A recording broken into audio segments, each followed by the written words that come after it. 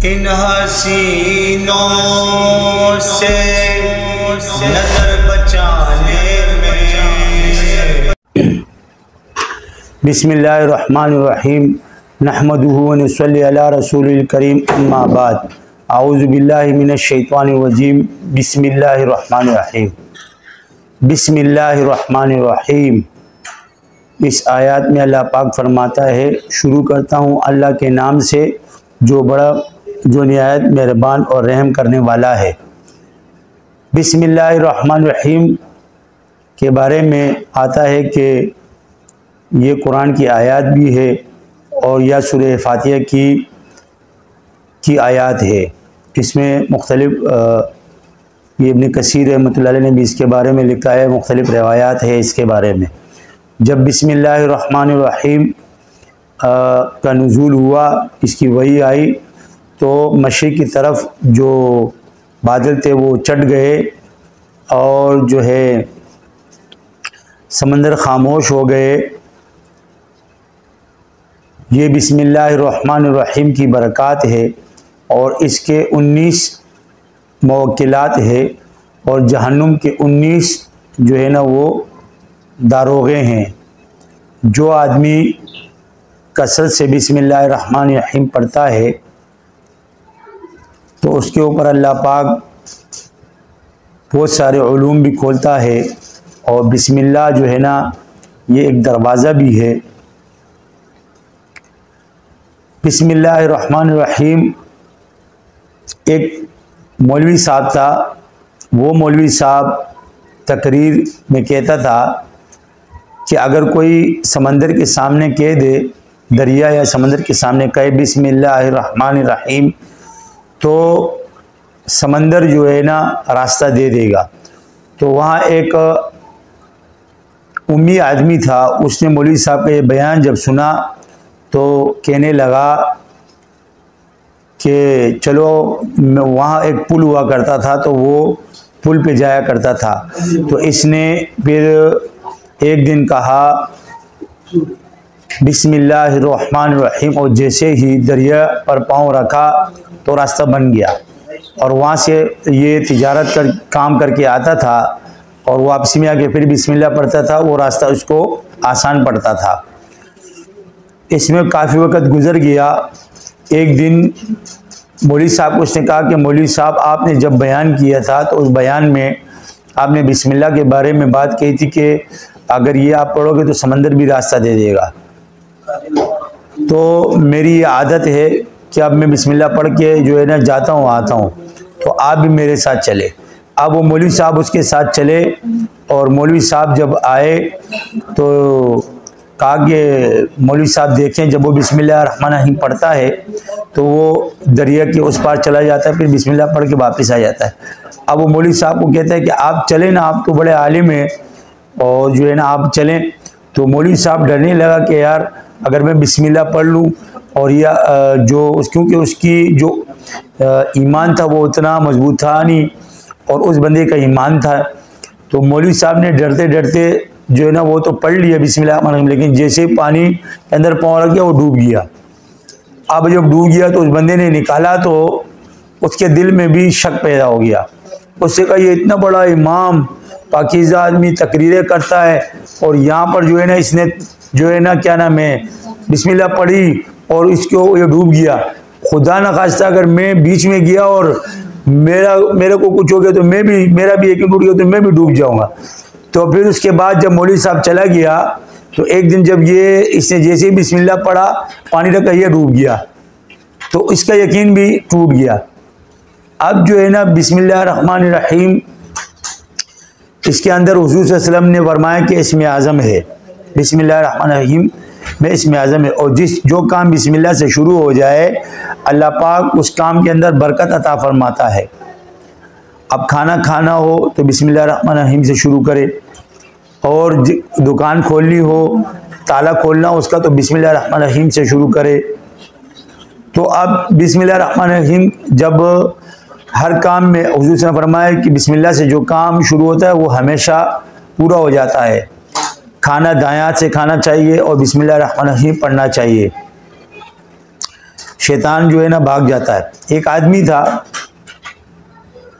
वो अपने बच्चों को साग खिलाता था, तो उसने बच्चों को कहा कि कभी बिस्मिल्लाह जो है ना वो भी पढ़ा करो। तो इसमें शैतान आ जाता है। शैतान आता है, कहता है कि यार बिस्मिल्लाह पढ़ लिया करो यार, जब से तुम लोग बिस्मिल्लाह नहीं पढ़ते हो, ये साग खा खा के मैं भी मरने वाला हूँ। मतलब वो कोई चीज़ बनाते ही नहीं था। अब कंजूसी है ना, बुखल इंसान के अंदर पैदा हो गया, हिर्स पैदा हो गई, शहवत है, ये पहले से ही है, अब से नहीं है। शहवत है, हसद है, बुग़्ज़ है, गुस्सा है, तकब्बुर है, उजुब है, खुद पसंदी है, ये सारे अमराज। अब ज़माना जितना दूर चला जाता रहेगा, चाहे वो कोई मौलवी हो, चाहे वो कोई पीर हो, चाहे वो कोई आम शख्स हो, उसके अंदर ये अमराज पाए जाते हैं। इसके लिए सूफिया कराम ने कोशिश की है, मेहनत की, इसको रज़ाइल को ख़त्म करने के लिए।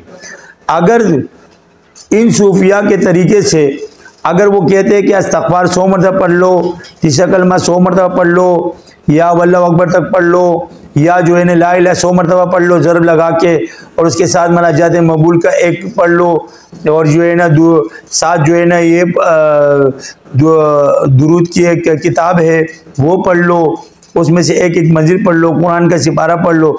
जब तुम्हारे इस जिक्र से इस्लाह हो सकती है, तो फिर अमलियात करने वाला जो कसरत जिक्र से जिक्र देता है, उससे इस्लाह क्यों नहीं हो सकती है?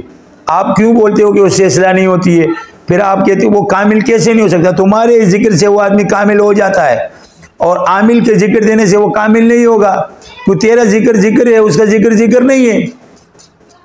क्यों? तू भी तो जिक्र दे रहा है, आप भी तो जिक्र दे रहे हैं ना। तो जब आमिल जिक्र दे रहा है और वो बोलता है कि बिस्मिल्लाहिर्रहमानिर्रहीम 1.25 लाख मरतबा पढ़ो, हस्बुनल्लाहु व निअल वकील 1.25 लाख मरतबा पढ़ो, आप तो 100 मरतबा पढ़ने के बाद तुम्हारा तो दिमाग गर्म हो जाता है, और फिर कहते हो पागल हो जाता है बंदा। अल्लाह के जिक्र के बारे में ये बातें मशहूर करते हो आप लोग। कसरत जिक्र करना होगा तो हमारे पास, हमारे सिलसिले में आना होगा। हमारे जो जिक्र करने वाले अगर इनके साथ टच होंगे, क्योंकि खुद कसरत जिक्र नहीं करते हैं, तो अगर टच होंगे तो उनकी तबीयत ख़राब होना शुरू हो जाएगी, क्योंकि खुद कसरत जिक्र नहीं करते हैं। पता नहीं ये क्या करते हैं, या तो मुताला वगैरह करते हैं या और कामों में मसरूफ़ रहते हैं, जिक्र वगैरह इनसे नहीं होता है। क्यों? जिक्र एक नेमत है जिसको अल्लाह पाक दे दे, दिल जारी हो जाता है, ज़बान जारी हो जाती है, और उसके बाद विर्द करता रहते हैं। सूफिया तो फरमाते हैं फ़राइज़ और सुन्नत के बाद का सबसे ज़्यादा अज़कार करने चाहिए, उसी से तो दिल धुलता है। कुरान की तिलावत भी जिक्र है, लेकिन जो ज़बान से अल्लाह अल्लाह करना है, इस्तग़फ़ार करना है, ला इलाहा इल्लल्लाह करना है, मुख्तलिफ कुरान की आयतों को पढ़ना है, ये भी जिक्र है। अब नमाज का जो मकसद है वो भी अल्लाह का जिक्र ही है, लेकिन उसका तरीका, जिक्र का तरीका अलग है। अब हज पे जाते, ये भी अल्लाह का जिक्र है, पूरा कुरान अल्लाह का जिक्र है। लेकिन ये भी जिक्र, ये सारे जिक्र में ही आते हैं। अल्लाह की याद दिलाना, जिक्र के मायने हैं अल्लाह को याद करना, उसकी तरफ ध्यान देना। जो मुझे दिल में याद करता है मैं उसको दिल में याद करता हूँ, जो मुझे लोगों के मजमे में याद करता हूँ मैं उससे अच्छी मजलिस यानी फरिश्तों की मजलिस में याद करता हूँ। अब ये इब्लीस जो था ये भी गार में जिक्र करता था ना, अल्लाह अल्लाह करता रहता था, कोई विर्द करता होगा, अल्लाह का नाम लेता होगा। आप जो है ना असल में मुसलमान का मकसद ये होता है कि अगर वो सारा दिन फारिग रह जाए तो कुदरत की शान ये है कि अल्लाह पाक खुद उसके दिल में डाल देते हैं कि यार जिक्र किया कर, और कोई काम तो तेरा ही नहीं। अब जो आदमी गरीब होता है तो गरीब आदमी मजदूरी से फारिग नहीं होगा, तो उसका काम कहाँ से जो है ना ये शैतानी और बेकार कामों में दिमाग कहाँ लगेगा, क्योंकि उसको खाने की फिक्र रहेगी, घर के खर्चे की फिक्र है। मालदार आदमी होता है उसको पता है खर्चे से बेगम होता है, वो फिर शैतानियत के अंदर, गुनाहों के अंदर चला जाता है। तो मसरूफ मुसलमान जो होता है उसको वैसे ही दुनिया की फिक्र भी कोई गलत चीज़ थोड़ी है, ये भी अच्छी चीज़ है, दुनिया की फिक्र करनी चाहिए। अब जैसे जो जाहिर इल्म है थाने फरमाया ये भी फ़की होता है, और सूफ़ी जो होता है वो भी फ़की होता है, दोनों फ़की होते हैं। दोनों को ही क्योंकि इमाम अबू हनीफा रहमतुल्लाह ने फरमाया कि जिसको अपने नफ्स की मार्फत हासिल हो गई, जो अपने नफ्स से उसकी मार्फत हासिल हो गई और उसके जो मुज़िरात है उसके ऊपर खुल गए, तो उन्होंने कहा कि ये आलिम है, ये फ़कीह है। इसको भी फुक़ाहा उन्होंने कहा है इमाम हनीफा रहमतुल्लाह ने। सिर्फ ज़ाहिरी इल्म को नहीं कहा गया, बातिनी उलूम को भी कहा गया। जो सूफ़िया कराम ने बाकायदा उसको किया है, उस अस्कार को बताया है, उन असबाक और मुराकबात को बताया, वो तो आप लोगों ने वैसे ही छोड़ दिए। फिर अमलियात के ख़िलाफ़ भी लगे रहते हैं। वो तो एक जो है ना आप लोगों ने ट्रेंड बनाई हुई है। पिछले ज़माने के अंदर ये चीज़ हुआ किया करती थी, किताबों में लिखी, आज से नहीं है। लेकिन आजकल मौलवी और पीर ने जो ट्रेंड बनाई हुई है ना, वो सारा दिन वो आमिलों के पीछे लगे रहते हैं। आमिल यूँ है, इनमें फ्रॉड है, इनमें धोखा है। मौलवी में भी फ्रॉड है, मौलवी में भी धोखा है। मौलवी भी जो है ना जिना करता है, पीर भी जो है ना जिना करता है, फ्रॉडी है, धोखेबाज है। उनके अंदर भी ये चीज़ है, ये चीज़ सब के अंदर मौजूद है। कोई सिर्फ आमिल नहीं है, तुम कोई दूध के धुले हुए नहीं हो। फिर एक आदमी खड़ा होता है, देवबंदी जो है ना दूध का दूल्हा। तो जब देवबंदी दूध का दूल्हा नहीं हो तो अहले सुन्नत वल जमात फिर कौन है? तेरा बाप है? कौन है फिर? जब देवबंदी अहले सुन्नत वल जमात नहीं है तो फिर कौन सी जमात है? कौन को? तूने खुद अपने आप को मुज्तहिद और मुस्लिम बनाया कि मैं ही हक पे हूँ बस। खुदा के बंदे अबू हुरैरा रज़ियल्लाहु ताला अन्हु को हुज़ूर सल्लल्लाहु अलैहि वसल्लम ने फरमाया कि ए अबू हुरैरा, जब तुम देख लो कि घर घर से फितने निकल रहे हो तो उस वक़्त एक काम करो कि तुम एक दरख्त के नीचे बैठ जाओ और उस दरख्त के नीचे अल्लाह का जिक्र शुरू कर लो।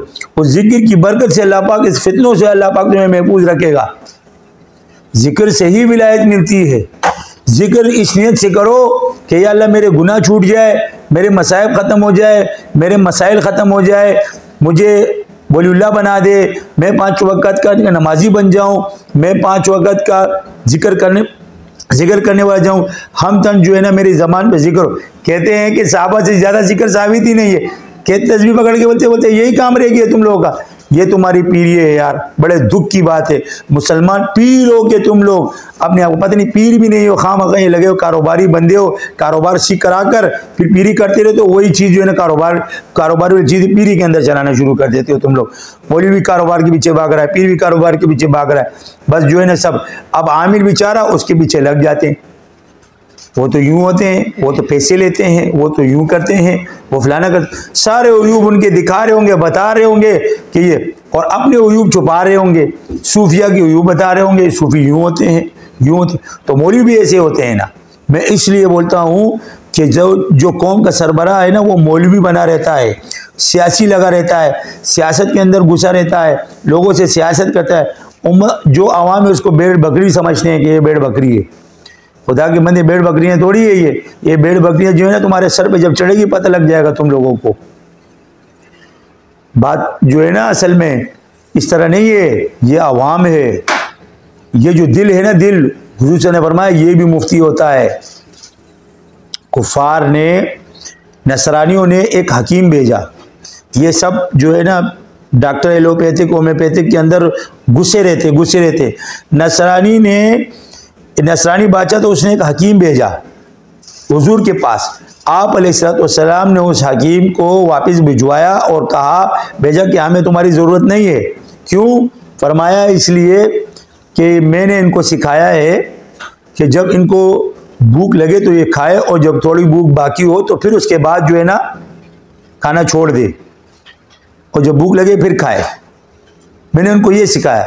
अब वो नसरानी का जो असल में जो दिमाग था वो ये था कि इनको दवा पे लगा लिया जाए और ये दवाइयाँ इस्तेमाल करिए। और मैं क्योंकि जो आदमी लोग आहिस्ता आहिस्ता दवा में लगाता चला जाएगा फिर वो आहिस्ता आहिस्ता अपना अकीदा भी अंदर डालता चला जाएगा।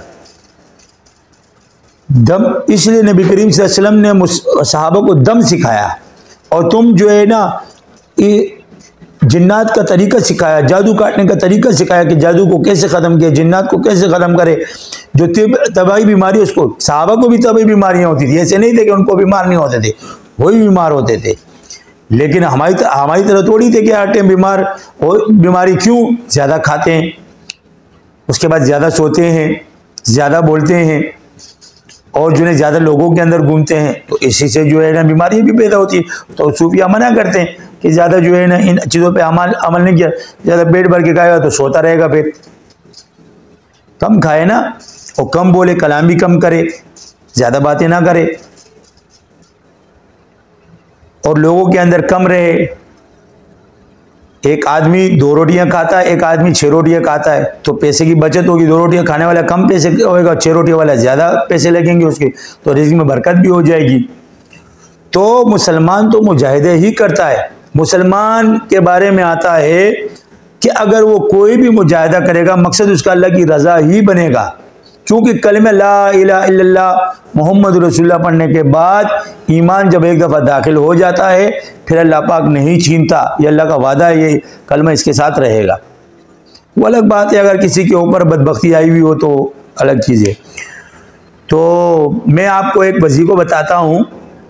अगर कोई किसी का बॉस या सरबराह या जो है उसका बड़ा मतलब दिल का सख्त हो, उसके साथ सख्ती करता हो और नरमी नहीं करता हो, तो वो जो है ना, मैं उसको एक अमल बताता हूँ, आप इंशाल्लाह उस अमल को करें तो इंशाल्लाह ताला जो है ना उसका दिल नरम हो जाएगा। चाहे वो बादशाह हो, पर जालिम हो, या वालिद साहब हो, या जो है ना उसका बड़ा भाई हो, कोई भी हो, अगर वो सख्ती करता हो, सख्त दिल हो, उसके ऊपर ज़्यादती करता हो, तो उसके लिए मैं आपको एक वजीफ़ा बताता हूँ। वो उसके जाने से पहले जो है ना वो पढ़े इंशाअल्लाह ताला, तो अल्लाह पाक उसके दिल को नरम कर देगा और इसका रौब उसके ऊपर चढ़ जाएगा, इसका रौब उसके ऊपर चढ़ेगा, वो दब जाएगा, ये हावी हो जाएगा इसके ऊपर। तो बिस्मिल्लाहिर्रहमानिर्रहीम 50 मरतबा पढ़े। जब किसी जालिम जाबिर के सामने जाए, ये सब जालिम में ही आते हैं। जब जो बड़ा हो जाता है फिर उसके अंदर जुल्म आना शुरू हो जाता है, नीचे वाले तबके ऊपर जुल्म करता है, चाहे वो बादशाह हो, कोई भी हो, तो किसी के अंदर भी हो, वो सख्ती करते रहते हैं। तो आप उससे जाने से पहले बिस्मिल्लाहिर्रहमानिर्रहीम 500 मरतबा 50 मरतबा पढ़ो बिस्मिल्लाहिर्रहमानिर्रहीम और उसके सामने हो जाओ, तो इंशाअल्लाह ताला आपका रोब उसके ऊपर जाएगा और वो आपके लिए नरम हो जाएगा। ठीक है। वसल्लल्लाहु ताला अला खैरि खल्क़ि मुहम्मद व अला आलिहि व अस्हाबिहि अजमईन बिरहमतिका या अरहमर राहिमीन। अस्सलामु अलैकुम।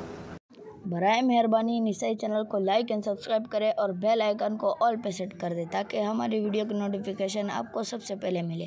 अल्लाह हाफिज़। इन हसीनों से नजर बचाने में नहमदुहु व नसल्ली अला रसूलिल करीम, अम्मा बाद। औज़ु बिल्लाहि मिनश शैतानिर रजीम, बिस्मिल्लाहिर रहमानिर रहीम। वल्लज़ीना जाहदू फ़ीना लनहदियन्नहुम सुबुलना व इन्नल्लाहा मअल मुहसिनीन। और जिन लोगों ने हमारी खातिर कोशिश की, हम इन्हें ज़रूर बेज़रूर अपने रास्ते पर पहुँचाएँगे और यकीनन अल्लाह नेकी करने वाले के साथ है। अब इसके अंदर जो है ना अल्लाह पाक ने ये बताया कि जो मेरे रास्ते में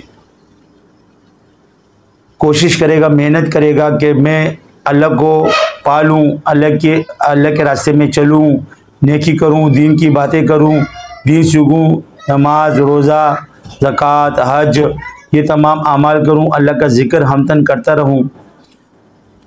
हदीस में है कि नबी करीम सल्लल्लाहु अलैहि वसल्लम ने फरमाया कि ए अबू हुरैरा, जब तुम देखो कि घर घर से फितने निकलने लगे तो तुम उस वक़्त क्या करोगे? तो अबू हुरैरा ने फरमाया या रसूलल्लाह आप फरमाएं। तो हुज़ूर सल्लल्लाहु अलैहि वसल्लम ने फरमाया ए अबू हुरैरा, उस वक़्त एक दरख्त देख लो और एक दरख्त के नीचे जो है ना बैठ कर अल्लाह का ज़िक्र करो। अल्लाह के ज़िक्र हम जो अज़कार करवाते हैं, ये अल्लाह का ज़िक्र है, ये अल्लाह की रज़ा के लिए हम कहते हैं पढ़ा करो। जो हमारे अज़कार होते हैं इस सिलसिले के, जो हम सिखाते हैं लोगों को। आजकल लोगों के अंदर गुनाहों का मादा भी बहुत ज़्यादा हो गया है। उसकी वजह यह है कि नेकी की तरफ लोग कम जाते हैं। मैं खुसूसन अपने पाकिस्तान के बारे में कहता हूँ, अपने हुक्मरानों को, क्योंकि हमारा एक सियासी ताल्लुक़ भी है। मैं कहता हूँ पाकिस्तान के अंदर अगर हम 4 काम करा ले, सिर्फ 4, उसकी सज़ाएँ आप मुकर्रर कर जो ताज़ीर हो। सबसे पहले आप कत्ल पर सज़ा मुकर्रर करें, उसको 2। फिर उसके बाद शराब पर, नशा जो करता है उस पर उसके बाद चोरी पर कोई चोरी करे उस पर उसको सज़ा दे, और जो है ना उसके बाद ज़िना पर अगर कोई ज़िना करे और उसको जो है ना सज़ा दे। इन 4 कामों पे आप काम करें, आपका पाकिस्तान खुशहाल हो जाएगा। इसमें बरकतें आएगी, नहरें जारी हो, ये जो नहरें हैं, पानी की तंगी है ये भी ख़त्म हो जाएगी, रिज़्क़ की जो तंगी है, लड़ाई झगड़े है, शोर शराबा है, हर गुनाह की सज़ा अलग है। जिस कौम में ज़िना ज़्यादा हो जाए उस कौम के अंदर जो है ना आंधी, ज़लज़ले, तूफ़ान ये आते हैं।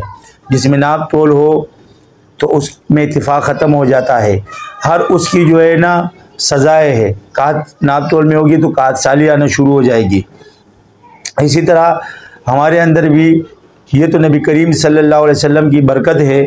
उनकी बरकत से जो है ना उन्होंने फरमाया कि जब तक आपकी उम्मत इस्तग़फ़ार करती रहेगी आप अज़ाब नहीं आएगा। ये डर था नबी करीम सल्लल्लाहु अलैहि वसल्लम को कि मैं जब दुनिया में हूँ तो अज़ाब नहीं आएगा, जब दुनिया में मैं नहीं हूँगा तो फिर मेरी उम्मत के साथ क्या होगा। और जब आप अलैहिस्सलाम पर नज़र की हालत थी तो उस वक़्त भी जब रूह कब्ज़ कर रहे थे, जिब्राइल अलैहिस्सलाम साथ थे और मलकुल मौत जब रूह कब्ज़ कर रहे थे तो उस वक़्त भी उम्मत का गम और क़यामत के दिन भी उम्मत और नमाज की तलकीन करते थे। हुज़ूर ने फरमाया मुझे 3 चीज़ें पसंद है इस दुनिया में, नमाज, औरत, खुशबू, ये 3 चीज़ें मुझे पसंद है। तो नबी करीम सल्लल्लाहु अलैहि वसल्लम अब ये जो अल्लाह पाक ने जो ये चीज़ें दुनिया में बनाई है ये सिर्फ़ हमारे लिए बनाई और इसलिए बनाई है कि इसको देखकर हम जो है ना अल्लाह की तरफ मुतवज्जे हो जाए। ये जो दुनिया बनी गई है ये जन्नत की एक फ़ोटोकॉपी है। हकीकी जो मज़े लज़्ज़त है वो जन्नत में है, यहाँ नहीं है।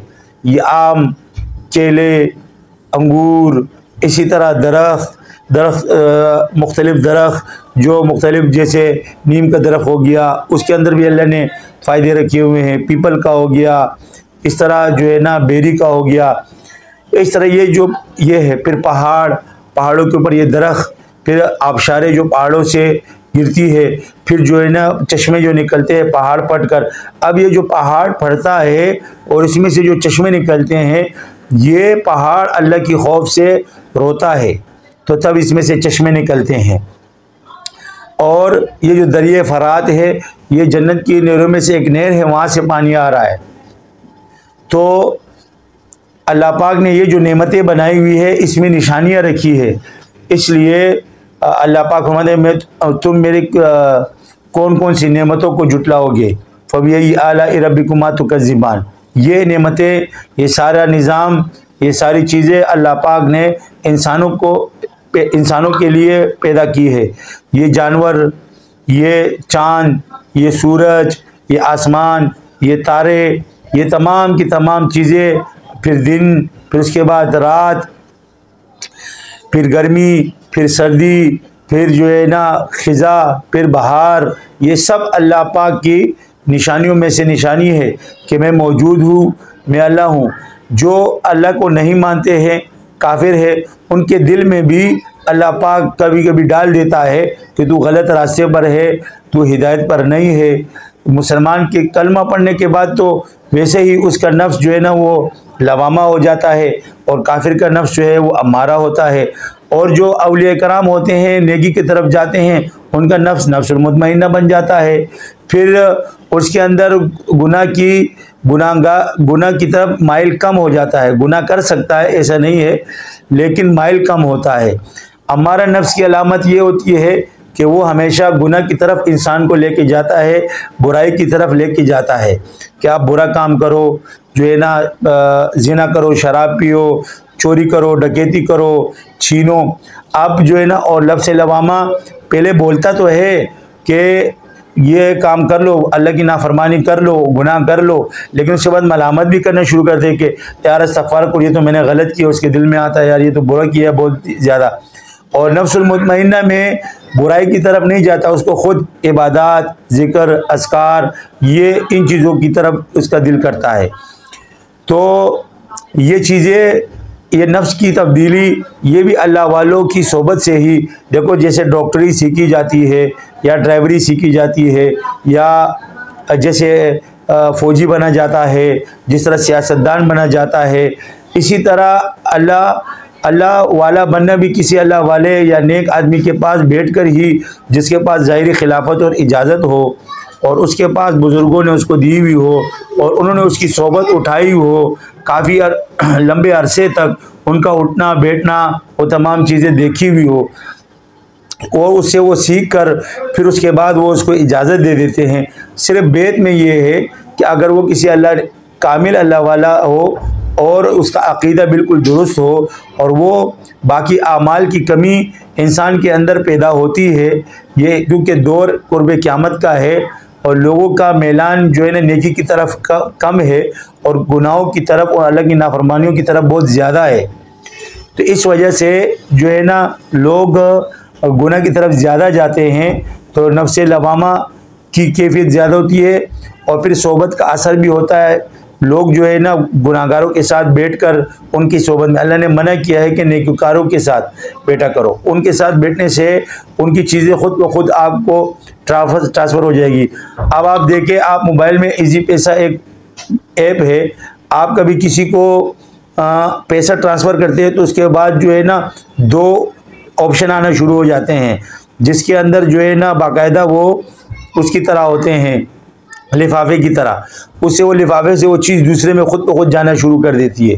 तो ये वो पैसे जाने शुरू, वो बताते हैं कि अब जा रहे हैं, फिर बता दिया जाता है कि इतने पैसे चले गए। तो जब टेक्नोलॉजी के अंदर ये चीज़ मौजूद है तो फिर एक इंसान से दूसरे इंसान को कैसे जो है ना वो चीज़ ट्रांसफ़र नहीं होगी। अब वो खरबूजा है उसको खरबूजा देखकर जो है ना रंग पकड़ता है। अब ये जो लंगड़ा जो आम होता है वो कैसे बनाया जाता है कि इसकी कलम जो है ना दूसरे आम के साथ लगाकर फिर उसके बाद जो है ना उसकी कलम के साथ ये आम बनता है। और ये जो बैंगन बनाया गया है ये टमाटर को जो है ना टमाटर को एक और पौधा उसके साथ मिलाकर उसका कलम लगाकर उससे जो है ना बैंगन बनता है। क्योंकि कुदरती जो है ना ये इंसान की अपनी अल्लाह पाक ने उसको तजर्बा दिया होता है उस खेती बाड़ी में। उसको एक दफ़ा साहबा ने हुजूर से पूछा कि हम इस साल ये फसल करें, तो आपसे हमने कहा करो। तो जब उन्होंने कहा कि हुजूर सल्लल्लाहु अलैहि वसल्लम ने कह दिया तो हमें फ़ायदा होगा, लेकिन उन्होंने जब वो फसल की तो उसमें नुकसान हो गया, तो वो हुजूर के पास आए, कहा या रसूलल्लाह आपने तो ये बात फरमाई थी लेकिन हमें तो नुकसान हो गया। तो हुजूर ने फरमाया मैं जो काम आप करते हो इसके बारे में मैं नहीं जानता, मुझे तो सिर्फ अल्लाह के अमर जो अल्लाह अमर करता है और मैं सिर्फ दीन की तरफ आपको ले जा सकता हूँ कि आप दीन के काम करो और नेकी के काम करो, अल्लाह के हुक्मों को मानो, मैं ये चीज़ तुम्हें सिखा सकता हूँ, ये तुम्हारे काम है दुनियावी, ये तुम किया करो। अब ये नहीं है कोई भी काम जो हम करते हैं ये नबियों से साबित है, नबियों ने किया है। जो आदम अलैहिस्सलाम खेती बाड़ी किया करते थे, नूह अलैहिस्सलाम ने कश्ती बनाई और जो है ना इसी तरह हर नबी ने, नबी करीम सल्लल्लाहु अलैहि वसल्लम ने बकरियां चलाई, मूसा अलैहिस्सलाम ने बकरियां चलाई, ठीक है। तो बकरियां चराने उनसे मकसूद और जो है मकसूद उनका ये होता था कि बकरियां जो चराते थे, क्योंकि बकरी को संभालना मुश्किल होता है। एक दफ़ा मूसा अलैहिस्सलाम बकरी को जो है ना बकरियां चराने गए थे तो एक बकरी गायब हो गई, तो वो बड़ी ढूंढते रहे। मूसा अलैहिस्सलाम जलाली पैगंबरों में से थे, तो उन्होंने उनको जो है ना एक पहाड़ी चोटी थी वहाँ पर थी, उन्होंने उसको पकड़ के लाया। लाने के बाद मूसा अलैहिस्सलाम ने उनके पाँव को दबाना शुरू कहा तुम कहाँ चली गई थी, मैं तो बहुत परेशान हो गया था तुम्हारे लिए। तो ये तरबियत नबी होने से पहले उनकी तरबियत दी गई थी उनको। ये तो ये तमाम चीज़ें जो है ना ये अम्बिया से कराई गई है, मुजाहिदात अम्बिया से भी कराई। तो यहाँ पर ये जो आयत मैंने बयान की है उसमें यही मुजाहिदात का ही बताया गया है कि जो मेरे रास्ते में तकलीफ़ उठाएगा, कोशिश करेगा, मेहनत करेगा, मैं इसके लिए रास्ते हमवार करूँगा और मैं हमेशा नेककारों के साथ हूँ, गुनाहगारों के साथ मैं नहीं हूँ। तो ये अल्लाह पाक का जो अल्लाह ने जो निज़ाम बनाया है ये तमाम निज़ाम हम इंसानों के लिए बनाया है। इंसान अशरफुल मखलूक़ात है। अब हमारी दुश्मनी अज़ली जिन्नात के साथ है, जो शैतान है। शैतान ने जन्नत, दोज़ख और जो है ना अर्श मौला, ये तमाम चीज़ें, सब चीज़ें वो देख चुका है। ठीक है, फरिश्तों को देख चुका है, तमाम चीज़ें वो देख चुका है। फिर आदम अलैहिस्सलाम को, फिर तमाम अंबिया को, फिर हुज़ूर सल्लल्लाहु अलैहि वसल्लम को। एक दफ़ा मूसा अलैहिस्सलाम जा रहे थे कोई तूर पर, तो हज़रत मूसा अलैहिस्सलाम ने उससे देखा कि एक इब्लीस रो रहा है। तो इब्लीस ने मूसा अलैहिस्सलाम को कहा कि ए मूसा, आप कहाँ जा रहे हो? उसने कहा मैं कोई तूर पर अल्लाह से कलाम करने जा रहा हूँ। तो कहा ए मूसा, मेरे लिए अल्लाह से पूछो कि मेरे बख्शिश का कोई रास्ता है। तो मूसा अलैहिस्सलाम ने फरमाया कि मैं पूछ कर बताऊँगा। तो जब मूसा अलैहिस्सलाम बहुत खुश हो जाते हैं, कहते हैं कि जो है ना मैं अल्लाह पाक से कलाम करता हूँ और पूछूंगा। तो जब मूसा अलैहिस्सलाम को तूर पे जाते हैं तो अल्लाह पाक से पूछते हैं कि या अल्लाह, शैतान इस तरह मुझे मिला है और वो उसकी बख्शिश का कोई रास्ता है, उसने इतने गुनाह किए हैं। तो अल्लाह ने फरमाया आदम अलैहिस्सलाम की कब्र को वो सजदा कर दे तो मैं उसको बख्श दूंगा। मूसा अलैहिस्सलाम खुश हुए कि चलो ये तौबा तायब हो जाएगा, शर ख़त्म हो जाएगा दुनिया में से, तो ये तो बहुत अच्छा है। तो उन्होंने आके जब इब्लीस से मिले तो इब्लीस ने कहा कि क्या जवाब मिला आपको? तो मूसा अलैहिस्सलाम ने फरमाया कि अल्लाह पाक ने फरमाया कि तुम जो है ना आदम अलैहिस्सलाम की कब्र को सजदा कर लो, मैं तुम्हें माफ़ कर दूंगा। तो एकदम जो इब्लीस था वो एकदम जो है ना उठा और कहने लगा, जब वो ज़िंदा था मैंने सजदा नहीं किया, और अब जो है ना वो मैं अब वो इस दुनिया से जा चुका है और मैं उसको सजदा करूं। अगर मुझे अल्लाह पाक जहन्नुम में फेंकता है तो फेंक ले, मैं जो है ना मैं नहीं मानूंगी, मैं उसके बात नहीं मानूंगा। और चले गए। अब शैतान के अंदर क्या है? उसके अंदर किब्र है। अब किब्र की वजह से जो है ना वो किब्र की वजह से नहीं मान रहा कि मैं अफजल हूँ। एन गज़ब के अंदर शैतान अल्लाह पाक के साथ जो है ना बातें कर रहा है। जब अल्लाह पाक का गुस्सा था और उसको पता था कि अल्लाह की जो रहमत है वो गुस्से पे गालिब है, तो इसने कहा कि या अल्लाह, मुझे क़यामत तक के लिए मोहलत दे। दूसरा, आगे पीछे दाएं बाएं मुझे काबू दे कि मैं इसके ऊपर हमला करूं, और एक इसके जिस्म में मुझे दाखिल होने की इजाज़त दें। तो जब ये तीनों दे दी, अल्लाह पाक ने कहा कि तुम्हें इजाज़त है क़यामत तक, ये तीनों सवाल तेरे कबूल कर दिए गए। रोंगदे दरबार हो गया। ये जो हम 2 सजदे करते हैं, उससे पहले ये फरिश्तों ने एक सजदा किया। तो जब अल्लाह ने उनको लानत की, तो जब फरिश्ते उठे तो इब्लीस का चेहरा, क्योंकि इसका नाम अज़ाज़ील था, एकदम बिगड़ गया। तो उन्होंने शुक्राने की वजह से फिर सजदे में चले गए। इसलिए 2 सजदे हम करते हैं नमाज के अंदर। तो आदम अलैहिस्सलाम रोने लगे, कहने लगे या अल्लाह, जब तुमने इसको इतनी वो दी तो मेरी जो औलाद है वो तो जहन्नुम में जाएगी। तो शैतान को अल्लाह पाक ने फरमाया कि जो मेरे बंदे होंगे उसके ऊपर तेरा जोर नहीं चलेगा, और जो तेरे बंदे होंगे, जो तेरी मानने वाले होंगे, वो तेरे साथ जहन्नुम में जलाऊंगा। और आदम अलैहिस्सलाम को फरमाया कि ए आदम, नाराज़ मत हो, खफा मत हो। मैं आप जब तक तुम्हारी उम्मत गुनाह करती रहेगी और इस्तिग़फ़ार करती रहेगी, उसके सारे गुनाह माफ़ हो जाएंगे, जितने भी गुनाह करेंगे। इसलिए हुज़ूर सल्लल्लाहु अलैहि वसल्लम ने फरमाया, जो आदमी इस्तिग़फ़ार 100 मरतबा पढ़ेगा, अल्लाह पाक उसको जो अगर उसके गुनाह समंदर की जाग की तरह होंगे तो इस्तिग़फ़ार की बरकत से वो माफ़ हो जाएंगे। तो अल्लाह से इस्तिग़फ़ार भी किया करें कि या अल्लाह, हम पर जो मसाइब और परेशानियां हैं ये दूर फरमा। हाँ, जो सुन्नत तरीक़ा है वो ये है कि सबसे पहले जो है ना वो 2 रकात नफल पढ़े सलातुल हाजत की, कि हमारी ये बीमारी अल्लाह ख़त्म फरमा। फिर उसके बाद जो है ना सदका दे कि या अल्लाह, ये बला, ये मुसीबत हमसे दूर फरमा। जुम्मे के दिन हदीस में आया है, रिवायत में आया है, उसका मफ़हूम है कि जुम्मे के दिन सदका करना चाहिए। ये बलाएँ जो आती है, मुसीबतें आती है, वो खा जाती है। दुआ भी जब दुआ करते हैं, ये भी जब आसमान पे जाती है तो वहाँ पर जब अल्लाह से दुआ वहाँ से बला आती है, यहाँ से दुआ जाती है, आपस में टकरा जाती है। तो इसी तरह हर इंसान का दिल जो है ना गुनाहों से काला हो जाता है, स्याह हो जाता है। उसकी वजह से जो है ना फिर मसाइब और परेशानियाँ भी आती है। तो गुनाहों की वजह से ये जादू भी अल्लाह मुसल्लत कर देता है, ये जादू भी मुसल्लत कर देता है। मुख्तलिफ बीमारियाँ फिर उसके अंदर पैदा होना शुरू हो जाती है, मसाइब शुरू हो जाते हैं, रिज़्क़ में तंगी शुरू हो जाते हैं, झगड़े शुरू हो जाते हैं, और जो है ना आपस में कीना होता है, कोज़ होता है। ये बीमारियाँ होता है नफ्स के अंदर, बीमारियाँ जो है वो होती है नफ्स के अंदर। अब बीमारियाँ कौन कौन सी है? हसद, बुग़्ज़, कीना, तकब्बुर, हुब्बे-जा। ये जो हुब्बे-जा है ना, ये सब इसकी बीमारियाँ मैं आपको बता रहा हूँ।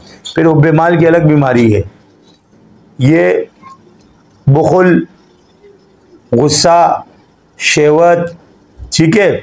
अब मैं आपको एक सबक मैंने पहले दिया था नक्शबंद का, कल्ब, रूह, फिर उसके बाद सिर, फिर खफ़ी, फिर अख़फ़ा, फिर नफ्स, फिर सुल्तानुल अस्कार, ठीक है। अब मैं आपको ये पिस्तानों के नीचे 2 उंगली नीचे रूह है, ये तो कल्ब है, इसके नीचे रूह है, और रूह के नीचे आप ये तसव्वुर किया करें 5-10 मिनट कि मेरा दिल अल्लाह अल्लाह कर रहा है। मुंह बंद करें और उसके बाद आप कमर को सीधी करें एकदम, और बिल्कुल सीधा होके, और हाथ यूँ रख कर आलती पालती मार कर, ये वाली टांग जो है ना ये इसके ऊपर रखनी है आपने, और ये नीचे वाली टांग इधर नीचे रखनी है। रख कर आराम से आप तवज्जो करें कि मेरे लतीफ़ रूह, ये नाम लेना दिल में, अल्लाह अल्लाह कर रहा है। आप जो है ना 5-10 मिनट कर लिया करें ये, इससे जो रूह की बीमारी है वो ख़त्म होती है, और रूह से ग़ैज़ व ग़ज़ब जो इंसान के अंदर होता है वो ख़त्म हो जाता है, और कल्ब से शहवत ख़त्म होती है। बार बार शहवत के मायने सिर्फ जो है ना सोबत करना नहीं है, किसी और के पीछे लगना नहीं है, हर चीज़ में होती है, खाने पीने में भी होती है। बार बार एक चीज़ का दिल जी चाहता है यार ये कर लूँ ये कर लूँ, उसमें आदमी के अंदर जो है ना ये चीज़ कम होना शुरू हो जाती है। इस पर आदम अलैहिस्सलाम का फैज़ आता है, और इस पर नूह अलैहिस्सलाम और इब्राहीम अलैहिस्सलाम का फैज़ आता है। मैं आपको साथ साथ ये सलूक के असबाब भी कराऊँगा, और साथ साथ इलाजात भी बताऊँगा। मेरा टॉपिक जादू, जिन्नात, बंदिश और तबाही बीमारी पर है। मैं हमेशा इसके ऊपर बात करता हूँ, इस चीज़ के ऊपर भी आज मैंने बात कर ली है। तो मैं आपको एक वजीफ़ा बताऊँगा, ठीक है, आप उस वजीफ़े को करें, ठीक है, और बहुत आसान भी है, और इंशाअल्लाह ताला आप जो है ना उसको करेंगे तो उम्मत को फ़ायदा भी होगा। आपको अगर कभी इस तरह हो तो मैं जब भी वजीफ़ा देता हूँ मैं उसकी इजाज़त देता हूँ, ठीक है। तो आपको ये करना होगा कि अगर किसी आदमी को सांप ने काट लिया, या बिच्छू ने काट लिया, या कोई जहरीली चीज़ ने काट लिया, या जो शहद की मक्खी है, या ये है, शहद की मक्खी का एक अलग भी दम है, लेकिन ये जो है ना सांप, बिच्छू या कोई जहर खा ले, उसके लिए भी इसके लिए भी जो है ना होता है। तो आप जो है ना अगर किसी को सांप, बिच्छू या जहरीली चीज़ ने डसा हो तो आपने सूरह फातिहा जो है ना वो आपने पढ़नी है बिस्मिल्लाहिर्रहमानिर्रहीम पढ़ के, और वलज़वालिन यहाँ तक बग़ैर आमीन के, आमीन नहीं पढ़ेंगे। अगर आप आमीन पढ़ेंगे तो ज़हर चढ़ना शुरू हो जाएगा, ठीक है। आप इसको पढ़ के और उस जगह पर दम करके उसके ऊपर जो है ना आपने वजालना मिन बैनि अयदीहिम सद्दन व मिन खल्फिहिम सद्दन फ़अग़शयनाहुम फ़हुम ला युबसिरून का कड़ा लगाना है आपने, ठीक है। ज़हर उतारने के बाद फिर यही सूरह फातिहा आपने सरसों का तेल हो उसके अंदर थोड़ा नमक डाल के उसके ऊपर दम कर देना है, और उसके बाद जो है ना उस जगह लगाना है। कुछ दिन के बाद मेरे पास एक शख्स आया, उसको डसा था बिच्छू ने, लेकिन मैंने उसको नहीं बताया था, उसकी टांग पूरी नीली हो गई थी, यहाँ तक रक्षा चलाया करता था, हमारा दोस्त था। तो उसने मुझे कहा कि यार मैं किसी घर में काम कर रहा था, तो ऊपर से जो है ना और डमडम थे, मैं नीचे की कूदा। उसके बाद पता नहीं यहाँ पर एक ज़ख़म कुछ लगा, मैं अस्पताल गया, उन्होंने मुझे इंजेक्शन लगाए, दवाइयाँ लगाई, सब कुछ किया, यहाँ को उन्होंने काटा भी और सब, लेकिन उसकी मेरी टांग दर्द बहुत करी और नीले पे नीला होता जा रहा, वो बिल्कुल नीला हो गया था। तो मैंने उस ज़माने में उसको कहा, मैंने कहा मैं आपको दम तो कर दूंगा, लेकिन तू मुझे क्या इसकी हदिया देगा। उसने कहा तू दम कर ले, उसको तकलीफ़ थी। तो मैंने कहा ये आप मुझसे 3 दिन दम कराएंगे, इंशाअल्लाह ताला आप ठीक हो जाओगे, और अपने साथ जो है ना सरसों का तेल और नमक भी ले आना। वो आया, मैंने पहले दिन दम किया उसको इसी तरीके से, फिर सरसों के तेल पे सूरह फातिहा बगैर जो है ना आमीन के पढ़ा 7 दफ़ा। फिर मैंने उसके बाद जो है ना उसको बोले लगाया करो ये। मेरे ख्याल में उसको 3 दिन ही गुजरे होंगे कि जब वो आया तो वो निशान तक जगह रह गई थी, बाकी टांग उसकी बिल्कुल सही हो गई थी और जो है ना वो बिल्कुल अच्छा हो गया था। मुझे कहता है यार अजीब बात है। मैंने कहा अल्लाह, ये अल्लाह का कलाम है, खुदा के बंदे, इसमें अल्लाह ने शिफा रखी हुई है। मैं कोई डॉक्टर तो नहीं हूँ, मैंने कहा, लेकिन मैंने काम मुझे किसी ने इजाज़त दे दी थी उस वक़्त, फिर तो अब तो मैंने सीख लिया। उस वक़्त जो है ना मैंने इतना नहीं सीखा हुआ था, इजाज़त से चला करता था। तो ये दम जो है ना, दम करने के बाद उसने मुझे क्या किया, एक चाय पिला दी। उस ज़माने में वो चाय 10 रुपये की थी। मैंने कहा चलो यार कोई बात नहीं, हम तो अल्लाह की रज़ा के लिए आपको दम करें। ये भी एक एहसान है उम्मत पर एक एहसान है, उस बंदे पर एहसान है कि वो जो है ना एक बंदा आता है वो दम करता है और वो ठीक होता है। ये उस बंदे पर एहसान है, उसको एहसान के बदले में अच्छाई दो, बुराई मत दो। हाँ, अब ये जो है ना खाली मस्जिद का इमाम होगा या कोई पीर साहब होगा या वो इजाज़त उसने चिल्ला कुशी नहीं की होगी और वो दम कर दे, असर होता है। लेकिन पीर साहब और जो है ना मौलवी साहब और इनका जो हालत फिर बनती है ना, वो फिर हमारे पास आते हैं, हमें पता चलता है कि जो है ना क्या होता है फिर साथ। तो योम पाकिस्तान भी जो है ना इंशाअल्लाह इस्लामी तरीके से तो हो गया है मगरिब के बाद, और जो है ना 12 बजे के बाद जो है ना वो शमसी हो जाएगा, ये तो कमरी है। तो मेरी तरफ से सबको योम आज़ादी मुबारक हो और अल्लाह पाक हमारे मुल्क को जो है ना खुशहाली दे। ये 2 मुल्क जो मुल्क बने हैं, ये मुल्क बना है इसीलिए है, इस्लाम के नाम पे, और जो है ना कलमा ला इलाहा इल्लल्लाह के लिए बना है कि यहाँ मुसलमान इकट्ठे रहें, हमें इजाज़त हो दीन के काम करने में, न कोई रोक हो न टोक हो। लेकिन बस आजकल इस तरह माहौल बन चुका है कि आदमी नेकी की तरफ कम जा रहा है, वही जो है ना कुफ़ार और जो है ना कुफ़ार के तरीके और अग़ियार के तरीके जो है ना हम जो है ना उसकी तरफ जाते हैं। तो इंशाअल्लाह ताला नेक्स्ट वीडियो के साथ मैं हाज़िर होऊंगा। अस्सलामु अलैकुम वरहमतुल्लाहि वबरकातुहू। बराए मेहरबानी निसाई चैनल को लाइक एंड सब्सक्राइब करें और बेल आइकन को ऑल पे सेट कर दें ताकि हमारी वीडियो की नोटिफिकेशन आपको सबसे पहले मिले। अल्लाह हाफिज़। इन हसीनों से नजर बचाने में बिस्मिल्लाहिर्रहमानिर्रहीम नहमदुहु व नसल्ली अला रसूलिल करीम अम्मा बाद फ़ाऊज़ु बिल्लाहि मिनश शैतानिर रजीम बिस्मिल्लाहिर्रहमानिर्रहीम इन्नस सलात तन्हा अनिल फ़ाहशाइ वल मुनकर। बेशक नमाज बेहयाई और बुरे कामों से रोकती है। इस आयत में अल्लाह पाक ने नमाज को बेहयाई और बुरे कामों से रोकने की कसम खाई है। अब जो आदमी नमाज ना पढ़ता हो तो उसकी मिसाल ऐसी है कि दो बंदे बैठे हो या जमात बैठी हुई हो और उसमें अजान हो जाए और जो है ना जो मुसलमान होगा वो उठ जाएगा और जो काफिर होगा वो नहीं उठेगा।